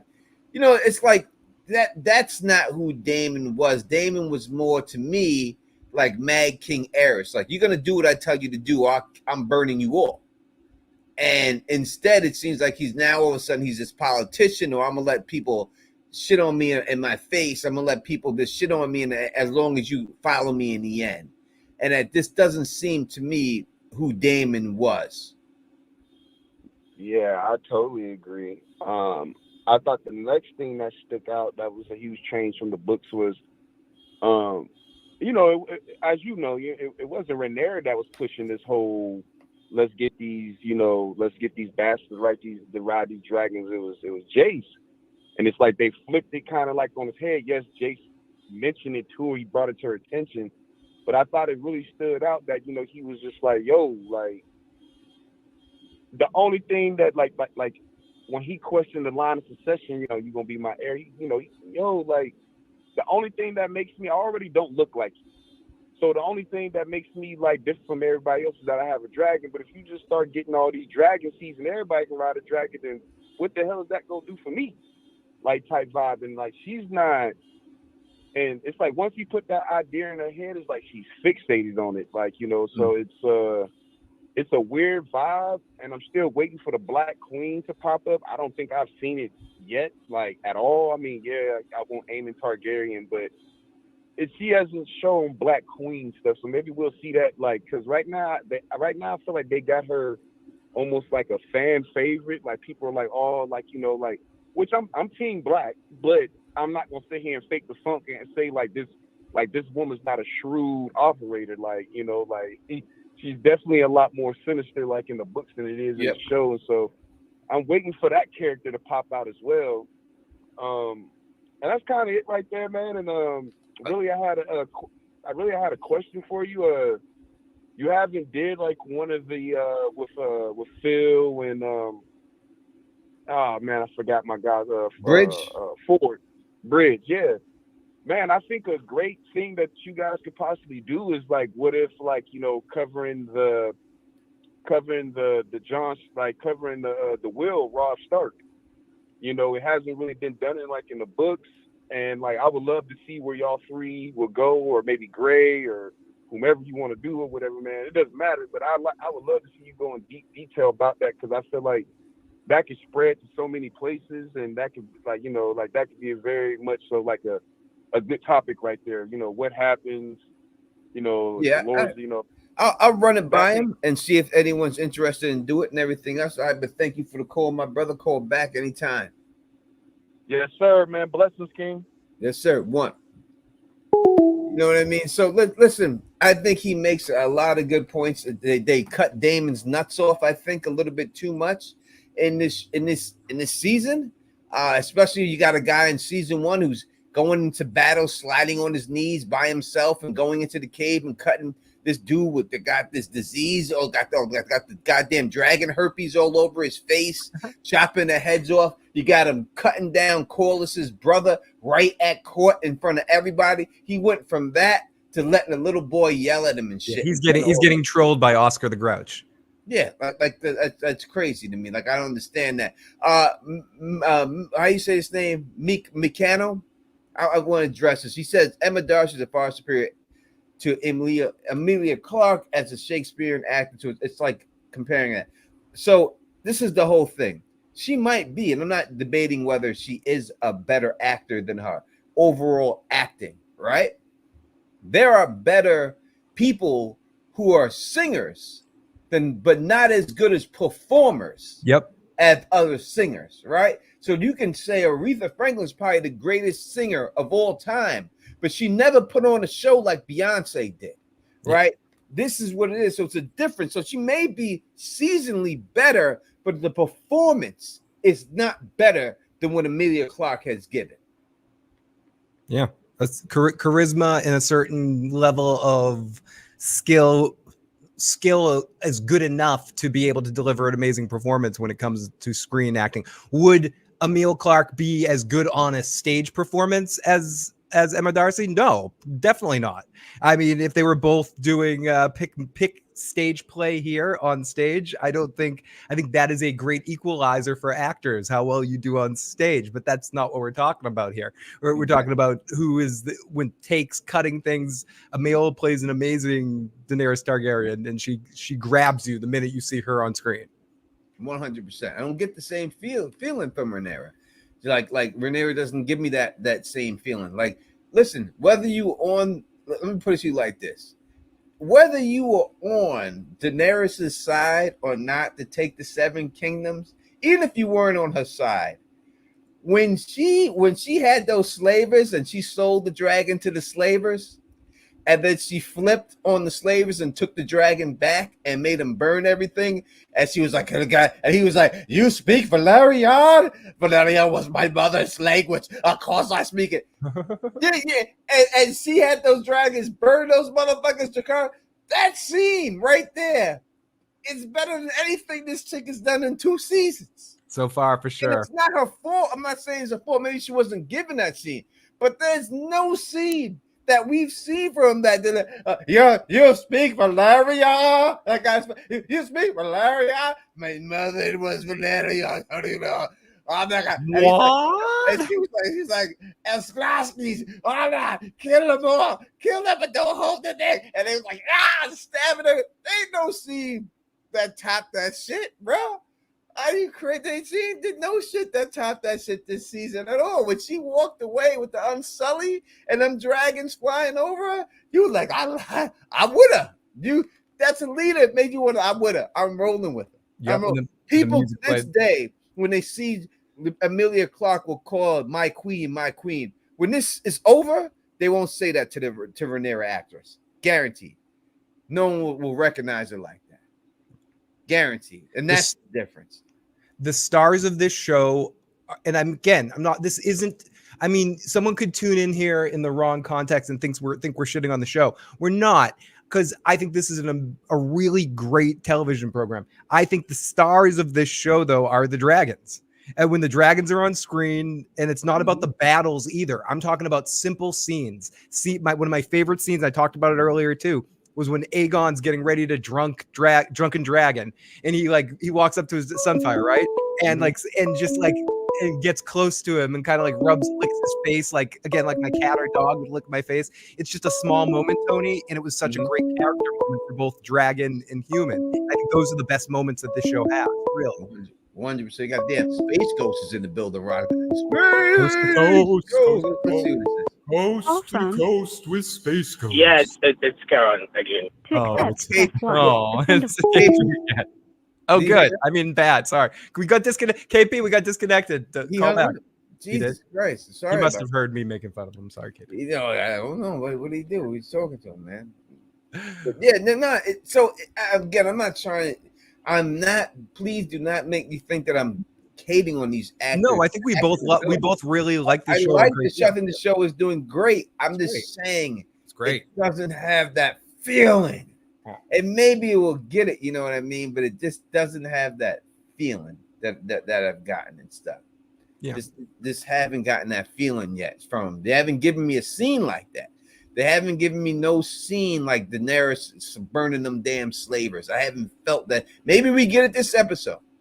Maybe something like that happens. The Rhaenys scene was the biggest emotional moment I had in the series so far. Yeah. So the Rhaenys scene was great because when she could have drove away and she was just like, let's go, shit. Girl. Yeah.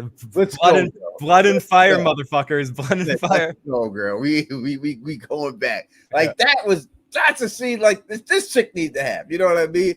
But that was a 100% great scene. Yeah, never denying it. You know what I mean? And this season has had a lot of good one-on-one, two-on-two character moments where there's some great character building interaction, stuff like that. So I do think this season's been better at the small stuff. But I know what you're saying, Tony. Those moments, Blood and Cheese could have been, but instead they gave us the Beagle Boys. Yeah. It should have been that, and it didn't give it to us. You know what I mean? It didn't work out that way. You know, even the Khal Drogo, Viserys is giving them the golden crown for a king. Yeah, we didn't get that scene. We didn't get nothing like that. Even the Khal Drogo when the Daenerys almost gets stabbed and he does the speech going to Vosumia. We ain't got nothing like that. So speaking of things that maybe didn't go quite the way that they wanted it to go, I feel like this is when I'm going to get not hate, but disagreement, because I think I'm the only one. I really have enjoyed all of the Damon Harrenhal scenes, but most people seem to think they've gone on too long. What are your opinions on it, Tony? Do you think they don't pay it off, then it's gone on too long? So you still have hope for a payoff in this episode? I mean, you can't do all that. If this is what it was, if they did all of it and that's all we get from it, then no, it was a waste of time. Yeah. It has to be something else. It has to be something else. There's no way around it. It makes no sense that they just cut it off right now and he just got the army and he leaves there and that's it. If that happens, then it was pointless. Right. If that happens tonight, you'll be like, this was a big wasted odyssey. It was a waste of time with this dude. I mean, I understand diplomatic Damon trying to do his thing and everything else. You know what I mean? I understand that, but that's just not the Damon I know. You know what I mean? The Damon I know would have chopped that kid's head off and everybody there with him, and burnt them all to the dragon, and left one person alive and said, you're going to raise the army for me, or I'm coming for you all. Like that's what I expect him to be. That's who he's supposed to be. You know what I mean? But twice, like even when he told the Blackwoods in the beginning, you're gonna have the dragon breathing down, the dudes just turned their back on him and walked away. He should have lit them on fucking fire. And we haven't like seen that. Like they turned away and like, oh fuck the dragon, we do what we want to do. You gotta light those fuckers on fire right then. Like that's the Damon that I thought would have been. I feel what the imagination realm is saying. Turn your back on me. You know what I mean? Like you ain't allowed to turn your back on the king. Like that's a no. Like you turned your back on the king. That's instant death just for doing that. Yep. You know, and they just make this dude act like these motherfuckers. Nah. He should have burnt them motherfuckers down, man. It just don't work. Luna, thank you for the super chat. Being fair, God did it first, so it was a novel and new. Anything that comes compared has to. Listen, I agree, but when you look at Better Call Saul and Breaking Bad did it first, but Better Call Saul could have done it better. They did it a different way, and it could be argued. To some people, it is. To some people, and Frasier too with Cheers. Frasier did it better, or The Jeffersons with All in the Family. Like there were shows that came after those that some could argue became better because they explored their own ideas. That's right. That's what it was. You know, so Breaking Bad, Better Call Saul's two different shows. They bring in some of the same characters, but they play them different. Right, so you could say that, you know what I mean, with the Jeffersons, All in the Family. You could say Laverne and Shirley, Happy Days, Morgan Mindy, Happy Days, even more Happy Days, and even more with All in the Family. Like you can go to Maude with All in the Family too. But with talking about the big successful ones, it's Frasier and Better Call Saul. I think are the ones that arguably a lot of people would say maybe are better than the prime shows, especially Frasier. And it was because it was a completely different thing than Cheers. You didn't have Frasier sitting in the bar with his brother all day. And then he have a bootleg Norm sitting there, but his name is Gregory when he comes through, and everyone's thing is Greg when he comes through. Yeah, instead of a mailman Christian up in there chilling with him. They didn't do that, bro. And that's only one bootleg joke where Maris and Norm's wife were the same thing, but that was by accident. They said they just did that. They meant to show Maris, but they just didn't want to. They didn't want to cast someone that fucked up looking. Send a voicemail. I agree 100%. All right, Scott, what's going on, brother? Oh, nothing much, Tony. Hey, what's up, Phil? How's it going? I just wanted to say, I think they made some really choices with character changes with Damon and Allison. Those two things they should have handled better. Okay, I agree. Damon should have been handled better. What would you have done to change Allison's character? Well, she was total. Well, I would give her more of a regency role instead of going straight to Eamon. Mm-hmm. Maybe for like an episode or two. And then for Damon, I would have given him Stonehenge and letting him and Caraxes go off. Yeah, Stonehenge would have been much better than what Stonehenge. we got. If it doesn't, they gave him his balls. They gave him his balls. Stonehenge. It would have been better. I think the thing with Allison is you made her the same age as Rhaenyra, and I think you have that conflict there. I know what they're going for, two best friends who are now battling for the Iron Throne with their families. But when you took away the age, and this was an older woman, and you made that age gap in there, I think it took away from it. I mean, it was a choice. Yeah, it was a choice. I know what they were going for, but I don't think it worked. Do you? No, I don't. I think they should have went with an older woman, older Allison, straight older. That was a mother figure. You could have did her be a mother figure to Rhaenyra instead of her best friend. And now she's got to battle with someone who's actually her mother-in-law, who she actually cared about, who helped raise her and everything else. And now she has that dilemma with her, other than the best friend dilemma. and they made her incompetent. That's what I really don't like. Yeah, 100%. They in the book she carries herself much better. Yeah, but otherwise, I mean, the show's doing great. I mean, the Dragon Seeds did great.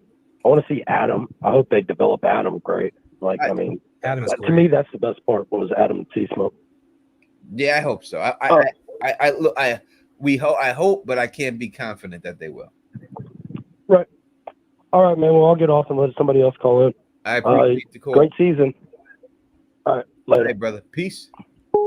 The Thanks, guys, from Great Water Watch. Phil, hold it down for a second. Another beer and get a Dorito chip. God damn it. Oh, damn delicious. Dorito. He's damn. What, Phil? Is it Cool Ranch or nacho cheese? In the chat, we gotta get this debate done. What is the better Dorito? You gotta put the poll because I'm curious. I'm going nacho because it's a classic and it's hard to go away from that. I think Cool Ranch are amazing and maybe one of the best follow-ups.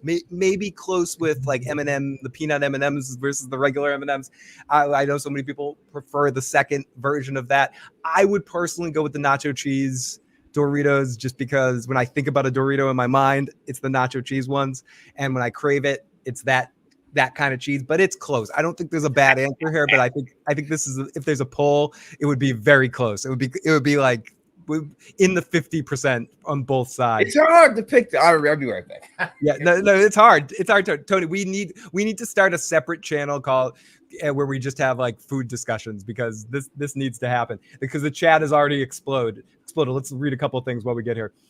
John Haymaker, Cool Ranch, Sonic, Cool Ranch, couple of Cool Ranches, Spitfire, Ian, Jackie, Cool Ranch, Wolf, the first nacho cheese, and then we go into nacho cheese, winter nacho cheese, Cool Ranch, nacho, red bag all day, says William. Glenn Carter says Cool Ranch, Luna, nacho, she does the most, nacho.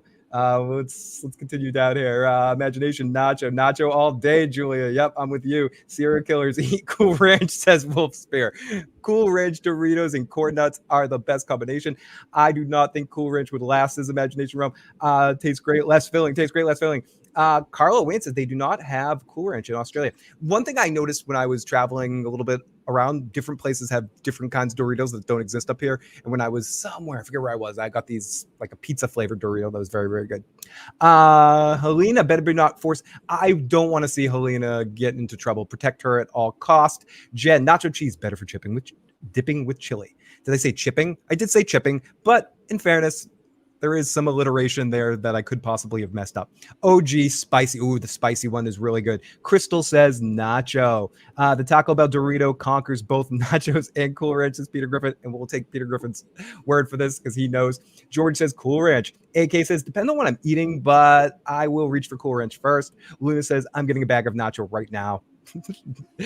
Johnny says nacho and cheese. Great to see Johnny in the live chat, an old time, long time viewer. Robert says spicy hot chili for me. You can't go off into the spicy hot chili. The original flavors of the Cool Right. Ranch. We're talking one versus one. And I'm saying, reading these numbers, Tony, in the chat, doing like a straw poll. Mandrell says nacho cheese. Golden Child says nacho cheese. It's very close.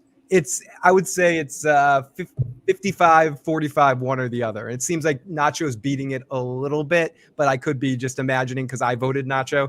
But it's close. It's close. It is. It's close. It really is. And you can't go into the other flavors. You got to stick to the main flavors. That when it was Doritos that first came out, it was just nacho cheese, and the next one they came out with was Cool Ranch. That's why I was going to say, if we had an M&M discussion, Tony, we'd have to do just peanut M&Ms versus regular M&Ms. If we start bringing in the pretzels and the caramel, all that stuff, it's not fair. It's not fair. Pretzel and M&Ms win. They're the best of all. This is a new number, 530. What's that? Call from Anthony. To accept, press 1. Anthony, to send a voicemail, press 2. Right. What's going on? You rock with the Don Tony Teflon Field Issues guy. How you doing, Tony? First time caller. Welcome. I enjoy what you're doing. What's your name, boss? Anthony. All right, Anthony. What's going on, Anthony? So coming off of last week's episode, I've really given thought that is it just me, or is Lars Strong very duplicitous and acting in a way that is both helping the Greens and the Blacks? What I mean by that is it's obvious that Blood and Cheese were only able to get inside the Red Keep due to Lars Strong. He said nothing. He seems to be in the know as far as everything that went on that has to do with that. And if he wasn't in the know, then we have to accept the idea that he's just purely incompetent. And I don't believe he's incompetent.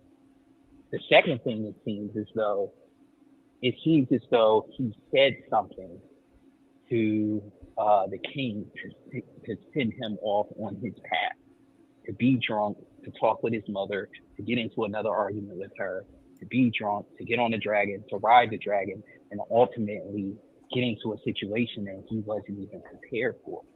Now it's leaving him bedridden. And now he's closer to Lars Strong himself. And Lars Strong has more control over this situation. It doesn't seem to me that anybody wants really Aegon to be king, because Aegon seems to be a person who is highly impulsive, right? He can't really guard. Like, he says he's not upset, but he just seems like a person who just hides his emotions, but is still a person who's very upset, which makes him, what is the word? Unpredictable. So he's a unpredictable person, and ultimately it seems as though he will turn on the people who are closest to him. Again, that's just my perspective. What do you think? All right. So what I do is, because Phil can't hear you if you're on the phone, so I'll hang up and I'll let Phil answer, and I'll answer for you, bro. Okay. All right. One. So, all right, Phil.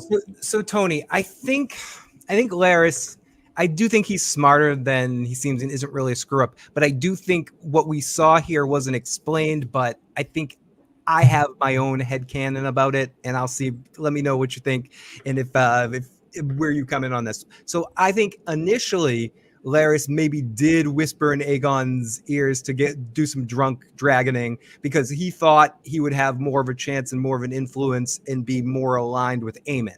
So he wanted to set up Aegon to get messed up and put Aegon in the seat. But put Aemon in the seat. But once Aemon was in the seat, he sort of had a oh shit moment where when he sort of bitch slapped him and told him, you're what do you call him, a rat or weenie or whatever he called him, and said, I'm not going to listen to you. Give me another hand, because he thought he had a chance to be Aemon's hand. Mm-hmm. But when Aemon sort of dismissed him, he's pivoting, and he's now going back to Aegon and trying to get Aegon to be a puppet for him, and then thank him for being the one that helped him out. So I think we're seeing him maneuver. We're just not seeing the pieces move as they're happening. I do think there's a little bit of Varys to him and Littlefinger to him, in that he has his own agenda that's different than everybody else. But I do think in that case, he was going in one direction. Then he's like, I can't control Aemon as much as I thought. I got to go back to this other dude that's now easy prey for me to sink my foot into him. Mm-hmm. I agree. But I will say this: the Firefly is a good sigil for him, because you can see that motherfucker coming a mile away.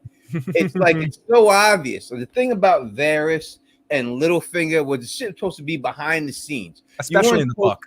Yeah, you're not supposed to be seeing who is pulling the strings or who is doing this. You're never supposed to know what they're doing. That was the whole thing about those two. This motherfucker got his foot on full display. Like it's not hard to see this anyone with eyes can see what the fuck he's trying to do. He's not playing it well, and I think that's the difference between this motherfucker and Littlefinger or Varys, especially in the books. Varys and Littlefinger, you have no idea what they're doing. Yeah. Like Ned didn't know Littlefinger wasn't on his side. Like everyone knows Larys ain't on your side. Everyone know this shit. This motherfucker is obvious about it. So I think that's the reason why it doesn't come across the same when he's trying to do the same thing. He's just not good at it. He doesn't know how to work in the shadows and shit like that. He doesn't have these strings, these strings. We pull the strings, which is my.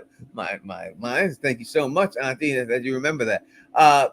He doesn't have those people on his side that little kids with no tongues and all these people. And Varys dresses in costumes in the books. Like Ned doesn't even realize it's Varys in the cells at first. He sneaks in there a little bit. I mean, they play that down in the show a little bit, but ultimately, that's a great point, Tony. No, everyone can see him limping in the room. Everyone can see that foot coming, and they know. His whole family knows. Everyone knows that he burned his family. Like Yeah. what's his name? The closest to Davos we have, the guy that's talking to Yeah, Damon. the guy, and I like that guy. Simon Strong. I'm So I no like big Simon fan of Simon. Yeah, Simon Strong's a great character. He's the closest to Davos we have. I don't know what's happening, but you're tripping balls, Damon. But that guy, he knows that it's Clubfoot that did it. He's like, yeah, he burned his family because he's a little bitch, or whatever, like. So it's he's a different kind of take on that character, but he's very easy to see coming, and I do think he has his own agenda. Yeah, of course he does, and everyone knows what it is. That's the problem. No one's supposed to know you have your own agenda. No one's supposed to know it. You know what I mean? Even with Littlefinger, I mean, he even said, "See everything, every prediction, see every outcome before it happens." I love your Littlefinger voice. Be careful, you're gonna hurt your throat. Don't do that too often, but it's awesome. This motherfucker Loris, he's about to get bitch take off his shoe. This motherfucker is done. I mean, you can't have somebody with a flaw like that. Like that flaw is too easy. Yeah. Chick coming there with sandals, he giving you up. I thought you was on my side, motherfucker.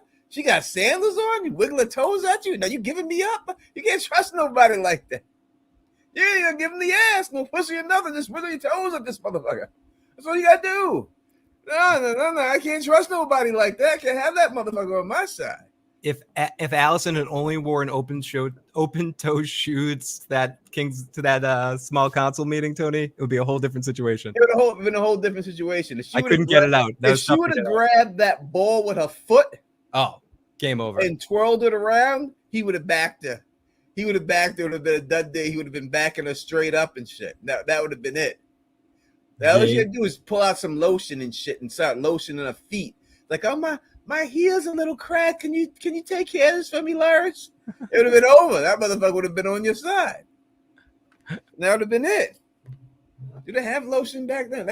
They got a lot of shit going on back then. They didn't really have, but they probably got some type of fucking lotion going on there.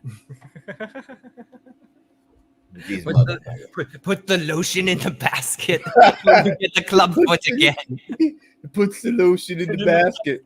You know, the best part about it, and it's so hilarious to that scene about that in Silence of the Lambs. And me and my man Pan used to always watch it and laugh. Put the lotion in the golden basket. You just lose somebody say, it puts the lotion in the basket.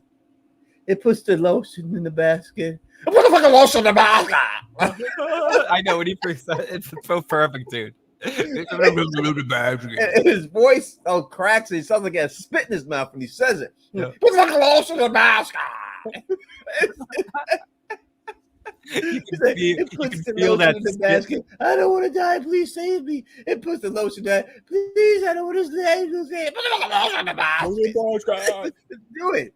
Let's do it already. God damn it. Let's do this shit. I'm about to shoot you. What the hell is going on here? How many times a day? When actors like they have a line like that, I'm sure people come up to him on the street and they just start going, "Put a lotion in the golden basket." That's what I would do if I ever seen it. Me too. If we ever see him at a con or something, we're gonna both walk up to him and go, That'd be the first thing I say to Yeah, me too. I would just scream at him.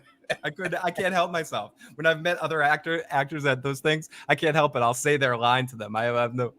Most people are cool about it, Yeah, of course. That's what the fuck they're known for. Listen, I seen the guy at the con, the original Jason, who's in the movie. Maybe what is he in there? 3 seconds? Yeah, something like that. Right? Because the people spoilers for Friday the 13th. It was the mother who was killing all the counselors. It wasn't Jason. He doesn't come until like the post-credit scene. He grabs the chick off the boat. Mm-hmm. That guy going to these cons, getting paid. He was told me, I think it was 10 G's to show up. This to show up, and he would show up as the original Jason. And he had a heavy metal band and stuff like that. And he was living on that shit, man. He was making money off that shit, going from con to con and shit. Dude, in some of those cons, like I went to one of the Walking Dead ones back in the day, and the actress that played Enid was there, and she's one of the kids that, spoiler alert, dies in The Walking Dead. But she played songs like they had like a venue set up where some, and then I went to one of those in Hodor Spun. He DJ'd and got paid a little extra to do the DJing for the party too. It was like a local Rhode Island Comic Con, and it was for Game of Thrones they had Hodor and Roz. And they did a little panel where they answered some questions, the two of them. You know, not big actors, but they could pay them. The big actor at that one was Ernie Hudson. That's not like your boy. I'm not going to tell the Vaseline ear story tonight. I won't give the Vaseline ear story tonight. I have to go to an After Dark screen. Not tonight, yeah. Not Vaseline story. I can't give that one. All right. We're gonna go back on track. We're just having too much fun hanging. I ain't seen Phil in a while, so I hadn't had a chance to talk to him and stuff like that. We're having too much fun and everything. Yeah, we need to just do like a daily. See is like Vaseline behind the ear. Yeah. Tony and I have to make sure we do at least one podcast a week, or we get squirrely. Yeah, we do. All right, let's go back to this damn episode in the show. Yeah, did we get Luna's last super chat? Oh yeah, we did. Okay, being fair to Game of Thrones. Yeah, it was novel. Okay, yeah, we got it. And Christina the Sphinx is in the building, rocking with us too. Well, let me clean myself up a little bit. I gotta clean myself up a little bit. Yeah, you clean yourself up. Christina's here. God damn it! Yeah, if I knew Christina was coming, I would have worn different. I'm gonna button my shirt up. Christina's here. Yeah, I had Elamar in here, and I would have all these people here. I would have wore something better. God damn it! I didn't think I was showing up and shit. I would have put some jiggy on for you. Put something on there for you. I would have put the Afro sheen in my beard a little bit, let it sparkle, make it sparkle a little bit. Yeah. All right, let's go back to the show. We will go back to this. Jackie C, you're correct. Exactly. Oh, thank you. Correct. Luna asked, do you think that Damon told Blood and Cheese to kill Helena's baby, or did they make that decision themselves? It's 100% Damon told. I don't even know where them saying that he didn't, to me, is someone just trying to just have something to talk about. See, there's a lot of people out here that have nothing to talk about, and they just want to have something to talk about, so they want to argue and stuff like that. And he didn't tell them. But listen to the way they shot they asked him the question specifically, what if she's not there? And then they did a zoom with the camera right into his face. Yes, they did. Well, why do you think they did that?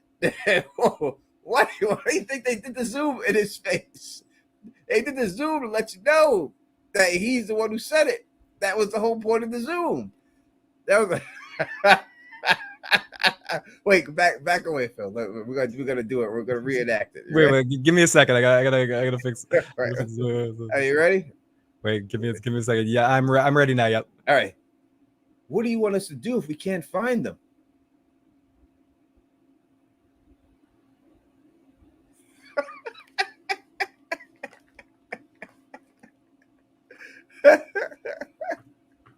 And then it fades out. It's ridiculous, Tony. It's ridiculous. It's 100%. It's to think it's something else. Thank you, Fritz, said you're all fired up. Glad you are. We are too. We can't wait. I can't wait for this episode. 100%. You know, I mean, they do things, these camera tricks and everything else for specific reasons. You know what I mean? And I think anyone who's saying that he didn't tell him is just over here trying to have a conversation about nothing. Like they trying to think of something. You can think of something better.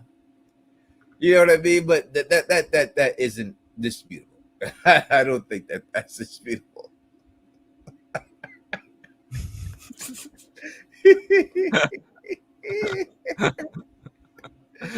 Yeah. What did we talk about? We have been gone for 2 episodes. So what else? We talked about the Dragon Riders. We talked about Sea Smoke only wanting a black man on that ass. Once you go black, you never go back. We talked. That might have been one of my favorite scenes of the entire series, just because it was so.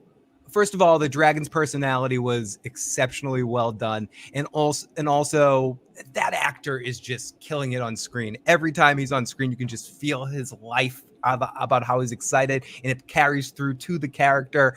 And it was just such an amazing scene. I've talked about this a few times, Tony.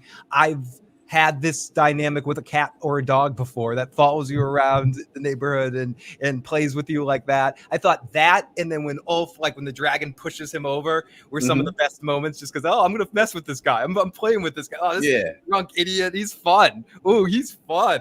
And it's those kind of moments really add to the believability of the dragons as living creatures, because they come off as dogs, cats, horses, whatever, like any pets that people have had or that have interacted with, like that just very natural. And that's, I feel like we've talked about this the other way around a lot here tonight, Tony. That's one of the things that was really missing on Game of Thrones with Dany's dragons, that isn't as good as with the books, with that, where each dragon has more of a personality. She has relationships with the other dragons besides Drogon, and on the show she only has a relationship. They can only really pay attention to Drogon, and the other two are clones of, or you know, like we were talking before, clones of Drogon, the other two dragons.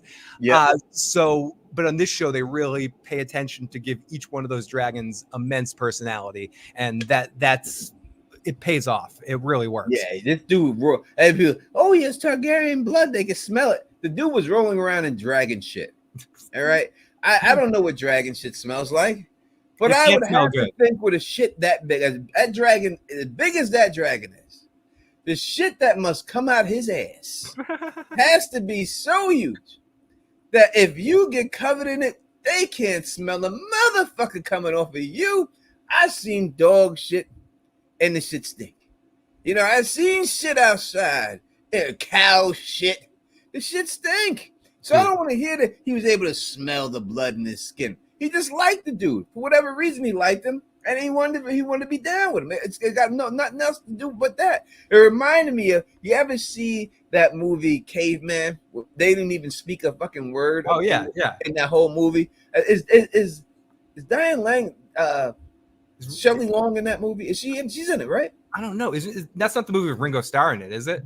It may be. He's like, y'all ever see a movie? There's a movie called Caveman. It's a comedy.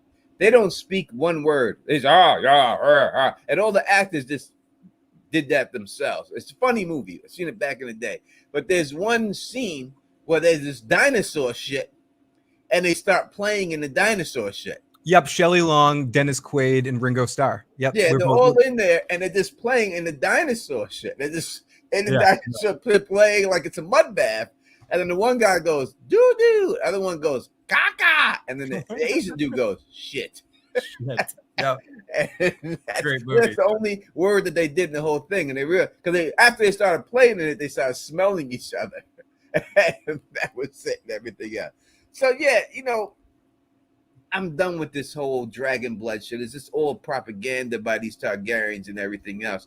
Y'all go take a look at that. And if you want to take a look at a movie, this is all George R. R. Martin fans here. Listen, go look at this movie, right? Go look at this movie. It's called Dragon Slayer. Oh, yeah. All right? Vermithor's name is really the dragon from Dragon Slayer.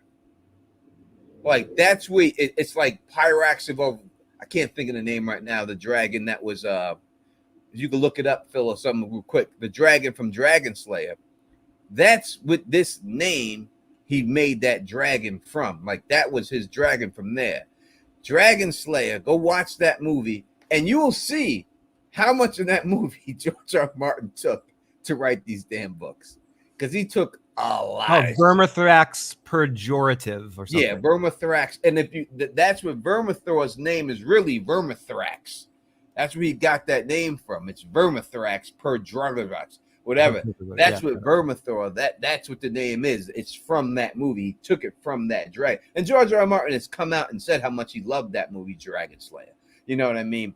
Even I don't give too much away. Go watch it. But even the villain in there, his name is Tyrion. And there's more similarities in that. It's just not that.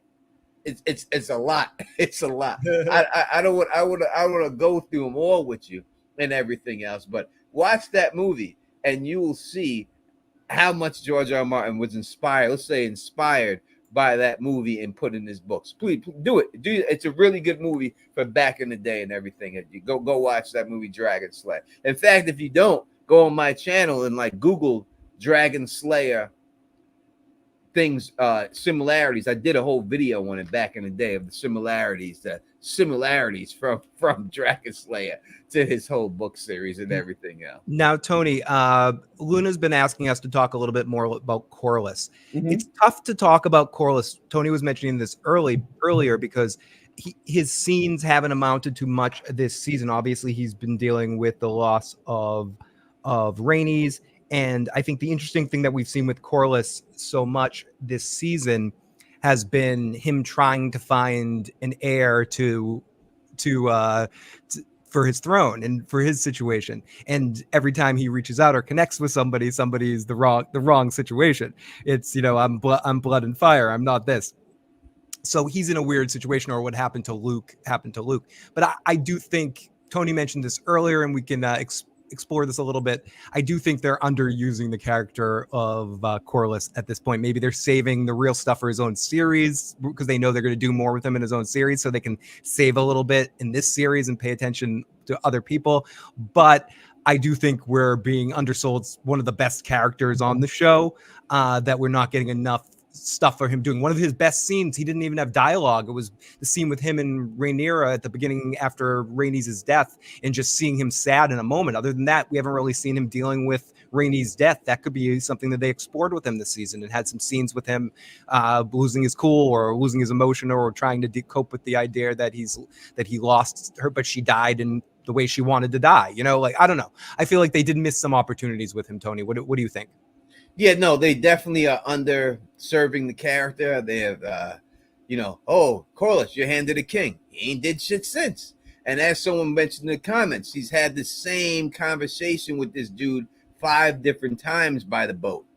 You know what I mean? They haven't done anything to expand this character. They're underutilizing him. He was great in season 1. You see him in a battle, you see them at sea, you've seen a lot of things from him.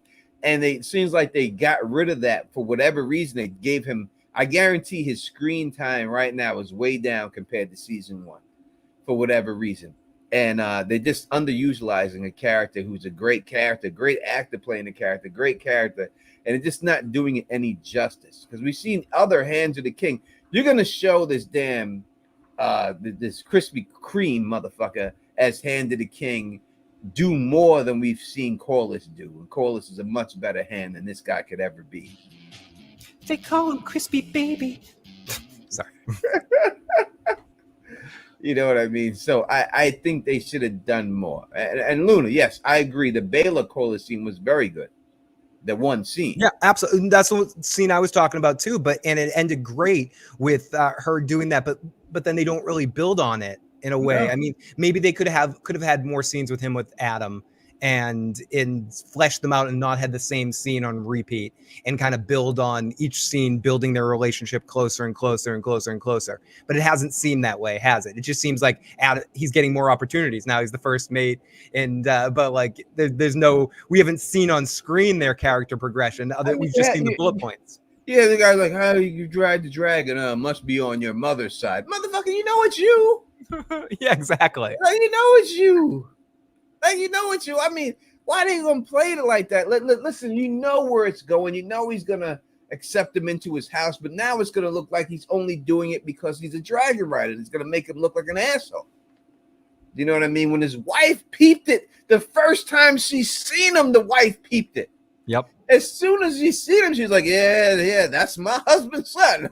I know my husband's face. And he don't peep it. Like he ain't say that. Like, come on, man. If your wife peeped it just like that, then you gotta let this dude recognize that and then do the right thing and do what he gotta do. You know what I mean? Come on, man.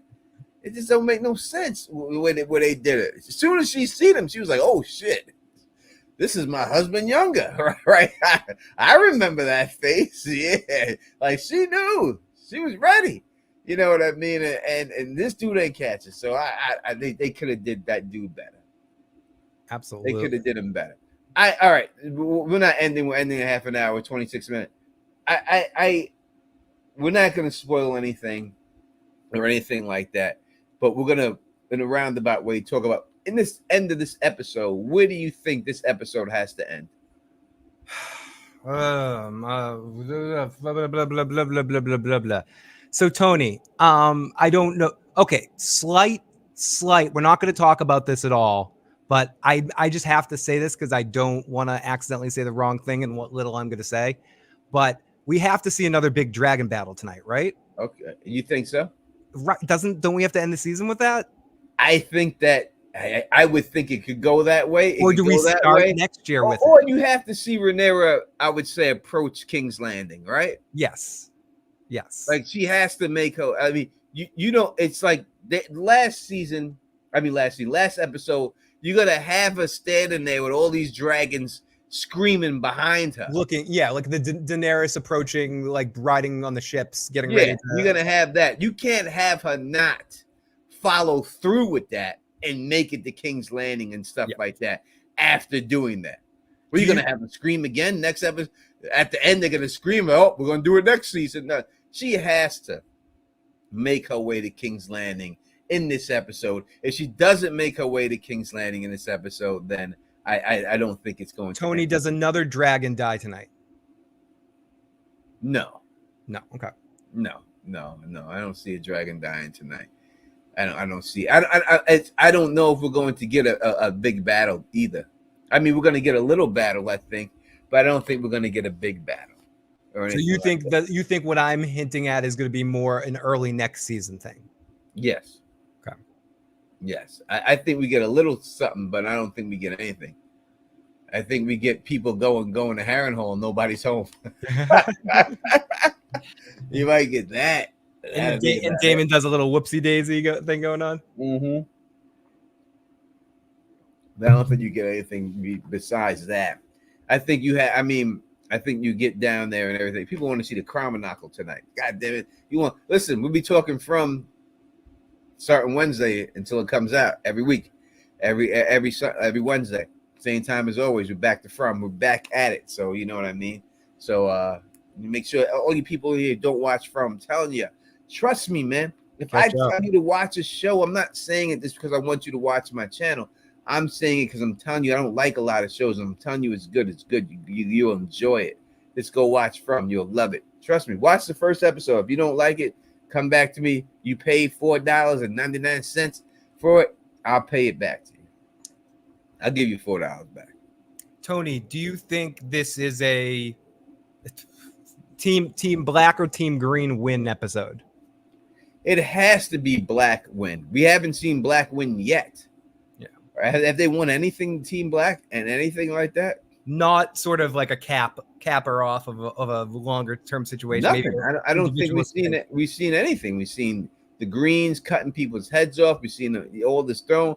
I mean, you want to say Rainey's wasn't even a win for the Blacks. That was a loss for the Blacks. We haven't seen the Blacks win anything. And in all honesty, there is no reason for them not to win this whole war. They have way too many dragons compared to the other side. It's for them to lose the war is asinine. There's no reason for them not to win. They have too many fucking dragons. It's just now, like if it was me, that's like having all these fighter jets and you're fighting a country that has two planes. You send them all off at one time. You go Vagar, you big bitch. Send all 6 of your dragons down. Even if 2 die, Vagar goes down. Definitely. War is over. It's really that simple. You don't really have to do anything. All this ground troops and all this stuff doesn't mean anything. It's just Vagar there. You take Vagar, you send every dragon you got at Vagar. They all kill Vagar, and that's it. Dragon died, dragon, it doesn't matter. It's over. The war is over, and there's no reason for you. And they have no one for the throne at that point. Yeah, it's done. It's all over. Who are they putting on the throne? Like, you not only kill Vagar, you kill their most prized fighter. You're putting Crispy on the throne. He's not, they not putting Crispy on the throne. It's all over. It's all over. So to me, it's a very winnable and easy battle to win. Just do that. Just do what you're supposed to do. You know what I mean? If they don't do that, then it's a problem. And it's a problem. It's just bad, poor strategies. You know what I mean? And that's it. But I think that we have to see Renee. I'm not trying to say we have to see her at least approach King's Landing in this episode. If it doesn't end that way, then it to me it's not a good season. I want to jump on what Carla says for a second. Oscar Tully. They definitely did a young bear.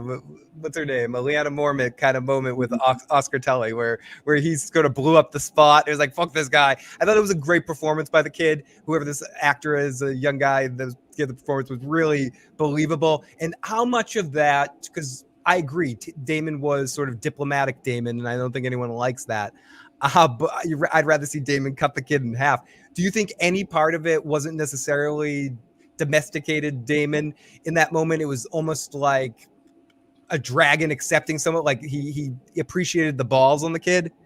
I think there was a little bit of I don't think he appreciates shit. And oh, thank you, Khaleesi Clues. Glad you made it. And I don't think it was the kid was Mormont. I don't think he was that.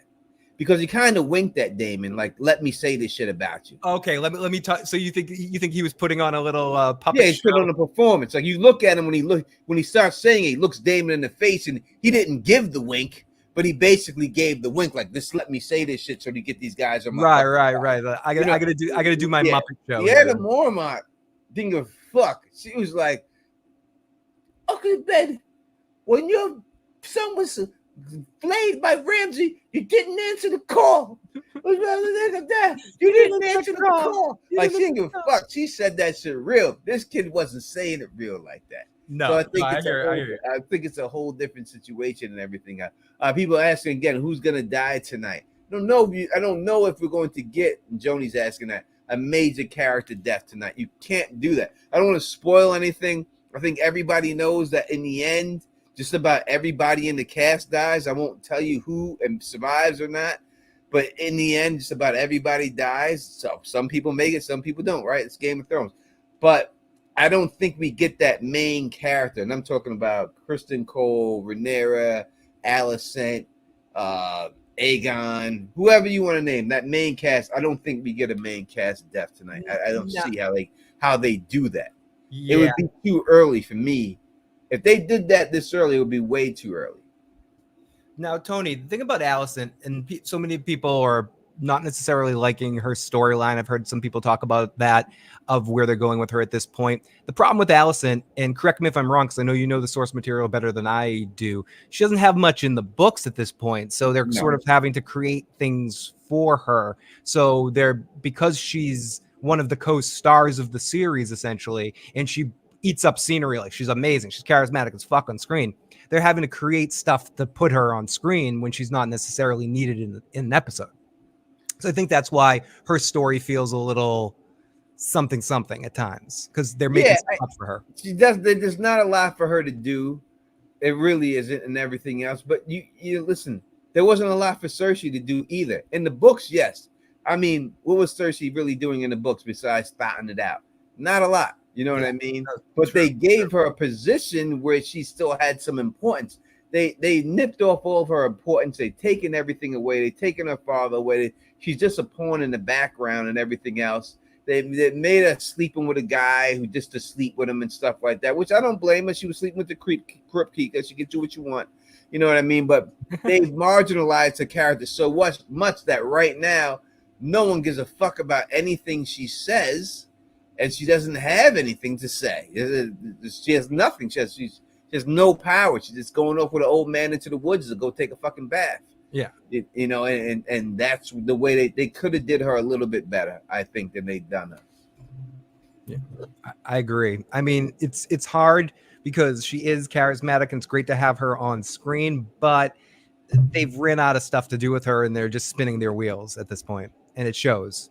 Let me answer this question right here. He said, when is the next stream video for From? It will be Wednesday. It's always Wednesday. We always do it Wednesday. It will be Wednesday. I know other people are trying to take the day, whatever. We still do it Wednesday. We'll take the competition on.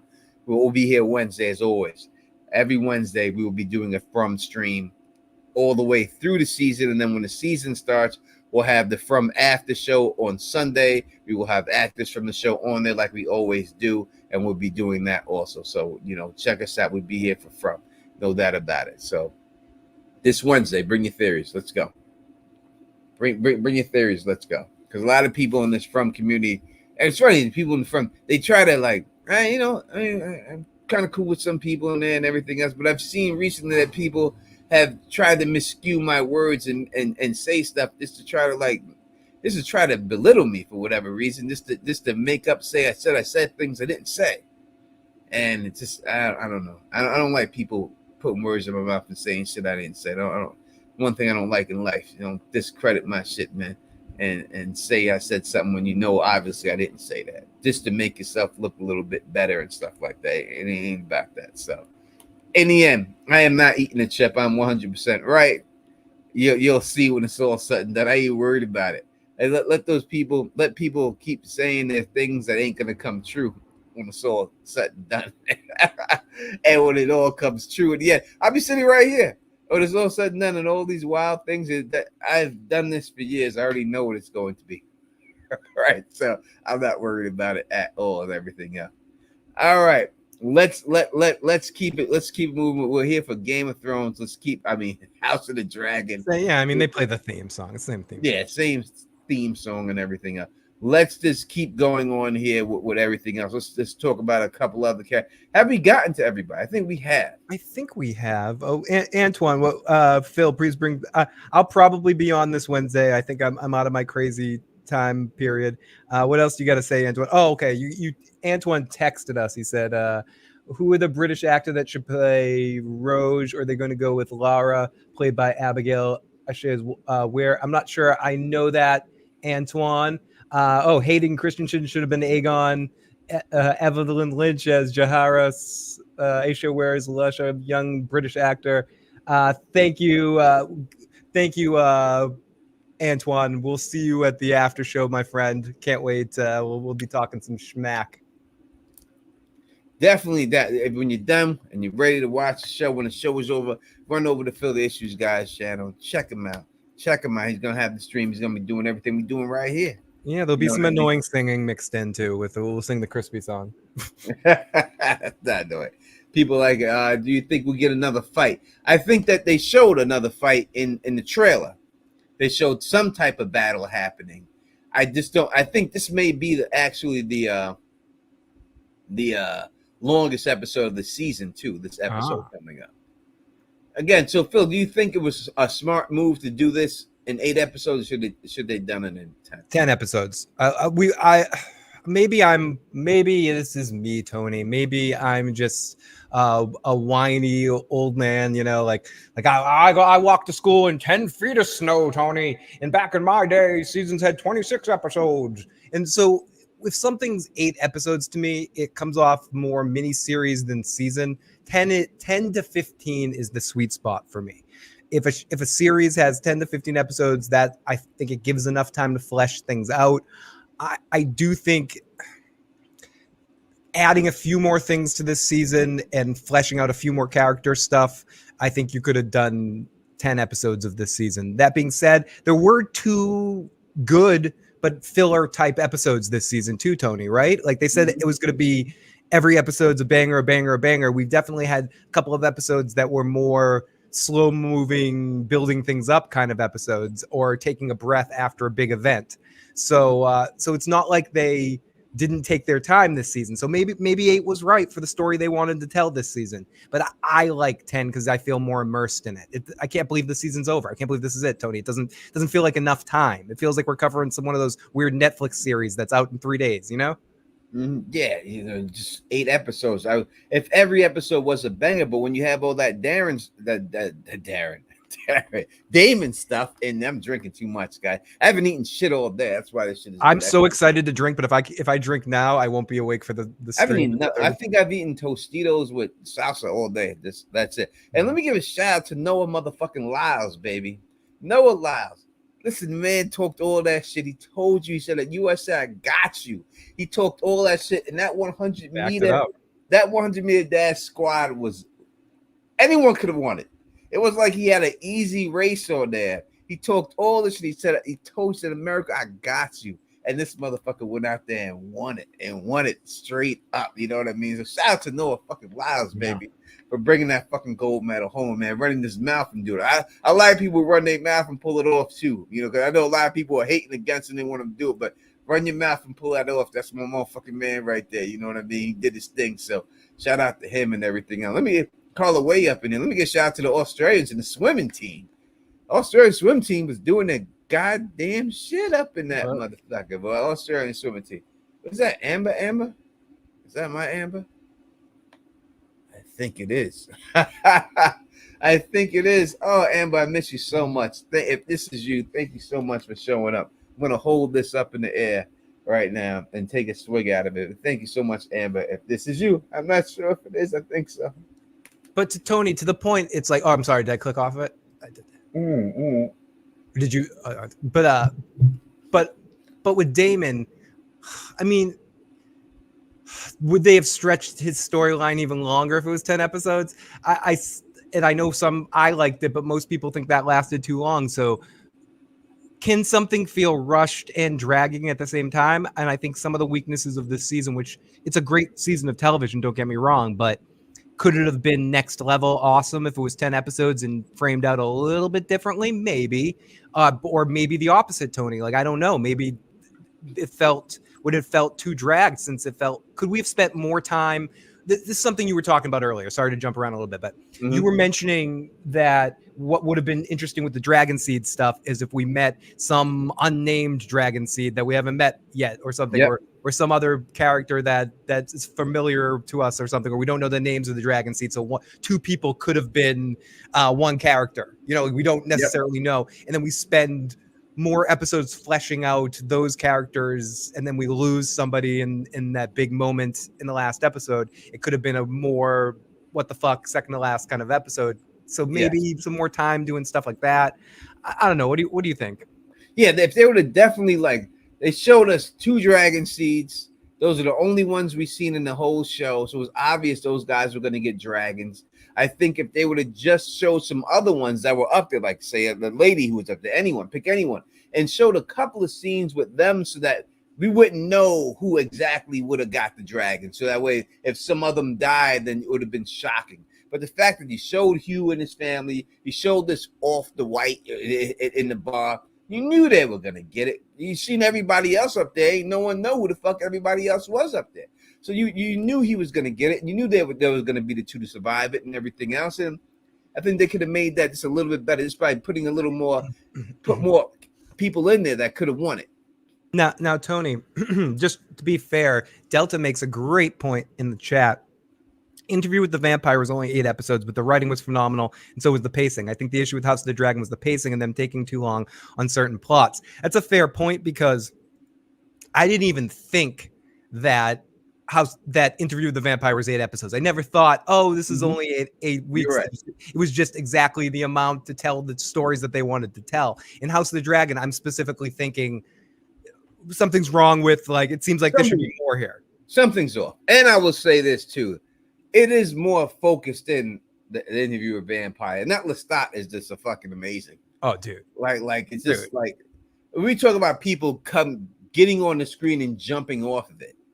This Lestat is just amazing. And don't get me wrong, I'm not a hater of the original movie, or Tom Cruise does an excellent job in that role. But this dude, to go to Christopher Moltisanti, he takes Tom Cruise to school, dude. This dude takes Tom. Yeah, it's not close. It's not even close. This is Lestat. This is it. It's like there's no coming after him. It's like Heath Ledger Joker. Like all-time television. Like Heath Ledger, Ledger's Joker. It's like it's the best of all time. You can't get better than that. You know what I mean? And Grey Worm, just to say this does have some Game of Thrones connection. Grey Worm is in the main role, the Louis role, and he takes Brad Pitt to school. It's not close really, but you could make an argument of the different performance of that, or with what's her name playing Claudia, but with Lestat, it's come on, this dude, this is an all-time performance. No, it is. He really should win an award for this shit. Yeah, he really would. This is the guy you want to cast in fucking House of the Dragon. One of them, like this guy, he would be great on a Game of Thrones season. Oh, he'd be amazing. He could come in there and play any one of those roles, and anyone you want. He could play Maegor. He could play Aegon the Conqueror, or he could play if you dressed him up the right way and bulked up his body in the right way. He could play Maegor the Cruel. Easy. He could do it, any one of those and do it justice. Guaranteed. I want to see. I'm telling you, watch it. If you see it, you'll know. I mean, I don't say things just to say it. I say things because this is the facts, bro, and that's just what it is. I'm telling you, go watch it, and the next, be in this episode, it'll probably be done. Well, I'll do a wrap up. House of the Dragon stream sometime this week. We'll wrap the whole season up, and you can come back if you're a House of the Dragon fan just to talk about the wrap up and everything else. But you'll see as soon as you watch it, you're gonna be like, yeah. And Grey Worm is amazing in this show. He's great, amazing in this show. Kelly Johnson's super chat says Grey Worm still has beef to settle with Jon Snow. He should have. I would think he should have. I mean, I don't know how he let him get away with that. That's just a little crazy. Not to mention, he's like Tyrion's his prisoner, and Tyrion's talking shit, and he's like, "Shut up!" And then Tyrion keeps talking, and he just doesn't do anything. Like, you told him to shut up, and you're letting the dude keep talk. Come on, yeah. So Quentin's like Maegor. Yeah. See, it depends how if you play Maegor the cruel like a Ramsay Bolton, like he's a psychopath, he's cruel like that, then this guy could blow that out. Yeah, I always see Maegor more as like a Caligula. If anyone's ever seen the Caligula movie, like just playing it like enjoy, almost play it as like a dark comedy, like of Maegor, like he enjoys it. He's not cruel like I'm just gonna chain you to the wall and beat you, and just anyone I see, I just want to do it. It's just like for fodder to him. He's creative with it too. No, yeah. So it's not like a guy at the bar that just like starts fights with people because he's just an asshole. It's not like that, and he's just a dick, and he thinks he can beat everyone's ass. Maegor doesn't seem to me like that type of guy. He seems more of a sinister-ish, like a Joffrey-ish, and everything else like that. More of a cruel person. And Caligula is the best. That's the one that I think always consider that George was looking at with him, the Caligula thing, and everything else. All right, let's get up out of here, man. Listen, I want to thank everybody for coming out here, rocking with us and everything else. Sorry, we went on a couple of tangents and stuff. Yeah. We doing everything else. We're praying for a great episode. Again, I'm not trying to shit on it. I think it was a good season. I love the show. I think the show is doing good. I'm not going to watch it, but I'm telling you, go watch Interview with a Vampire. Y'all don't believe me, especially this season. Wait, get to this season. Watch the whole first season and get to this season. You'll see. And that's the crazy thing, Tony. Coming off the first season, I'm like, they can't beat this. This is really good. And then season 2 is just crazy. God, it's crazy. It's a step up the way a show was supposed to step up. Yep. Like it steps up so it's not even like a little bit. It steps up so much. I would say like Outer Range season 2 did the same thing. Like if you look at Outer Range season 2, they canceled the show, but it's amazing season 2. I could have seen them canceling after season 1, but to cancel after season 2 is crazy to me because it's so much better than it was. All right, let me again check out Phil the Issues Guy. As soon as the show is over, he will be on there giving you the truth of what's going on. You know what I mean? Love everybody in this bill. Love my girl Amber, Elamar, and everyone else. And people don't know Amber's the one who bought the Thug Mug. That's awesome. It was bought by Amber, and she sent it to me. So this on set, the whole thing was for my girl Amber from way back in the day and everything else. Love you all. Khaleesi Clues, everybody else in there. Carla Way, Aussie, oi, for all the gold medals y'all people won, especially in the pool. Y'all killing in the pool this year, without a doubt. Everybody else, thank you all. Jackie C. I don't want to just start naming people because then you're like, you didn't name me. All you got nothing but love for all you. Man Q, gotta give a shout out to my man Q and KP. All right, definitely. You know it is. And if Tony didn't name you, he doesn't love you. No, I'm kidding. I do. I'm kidding. I'm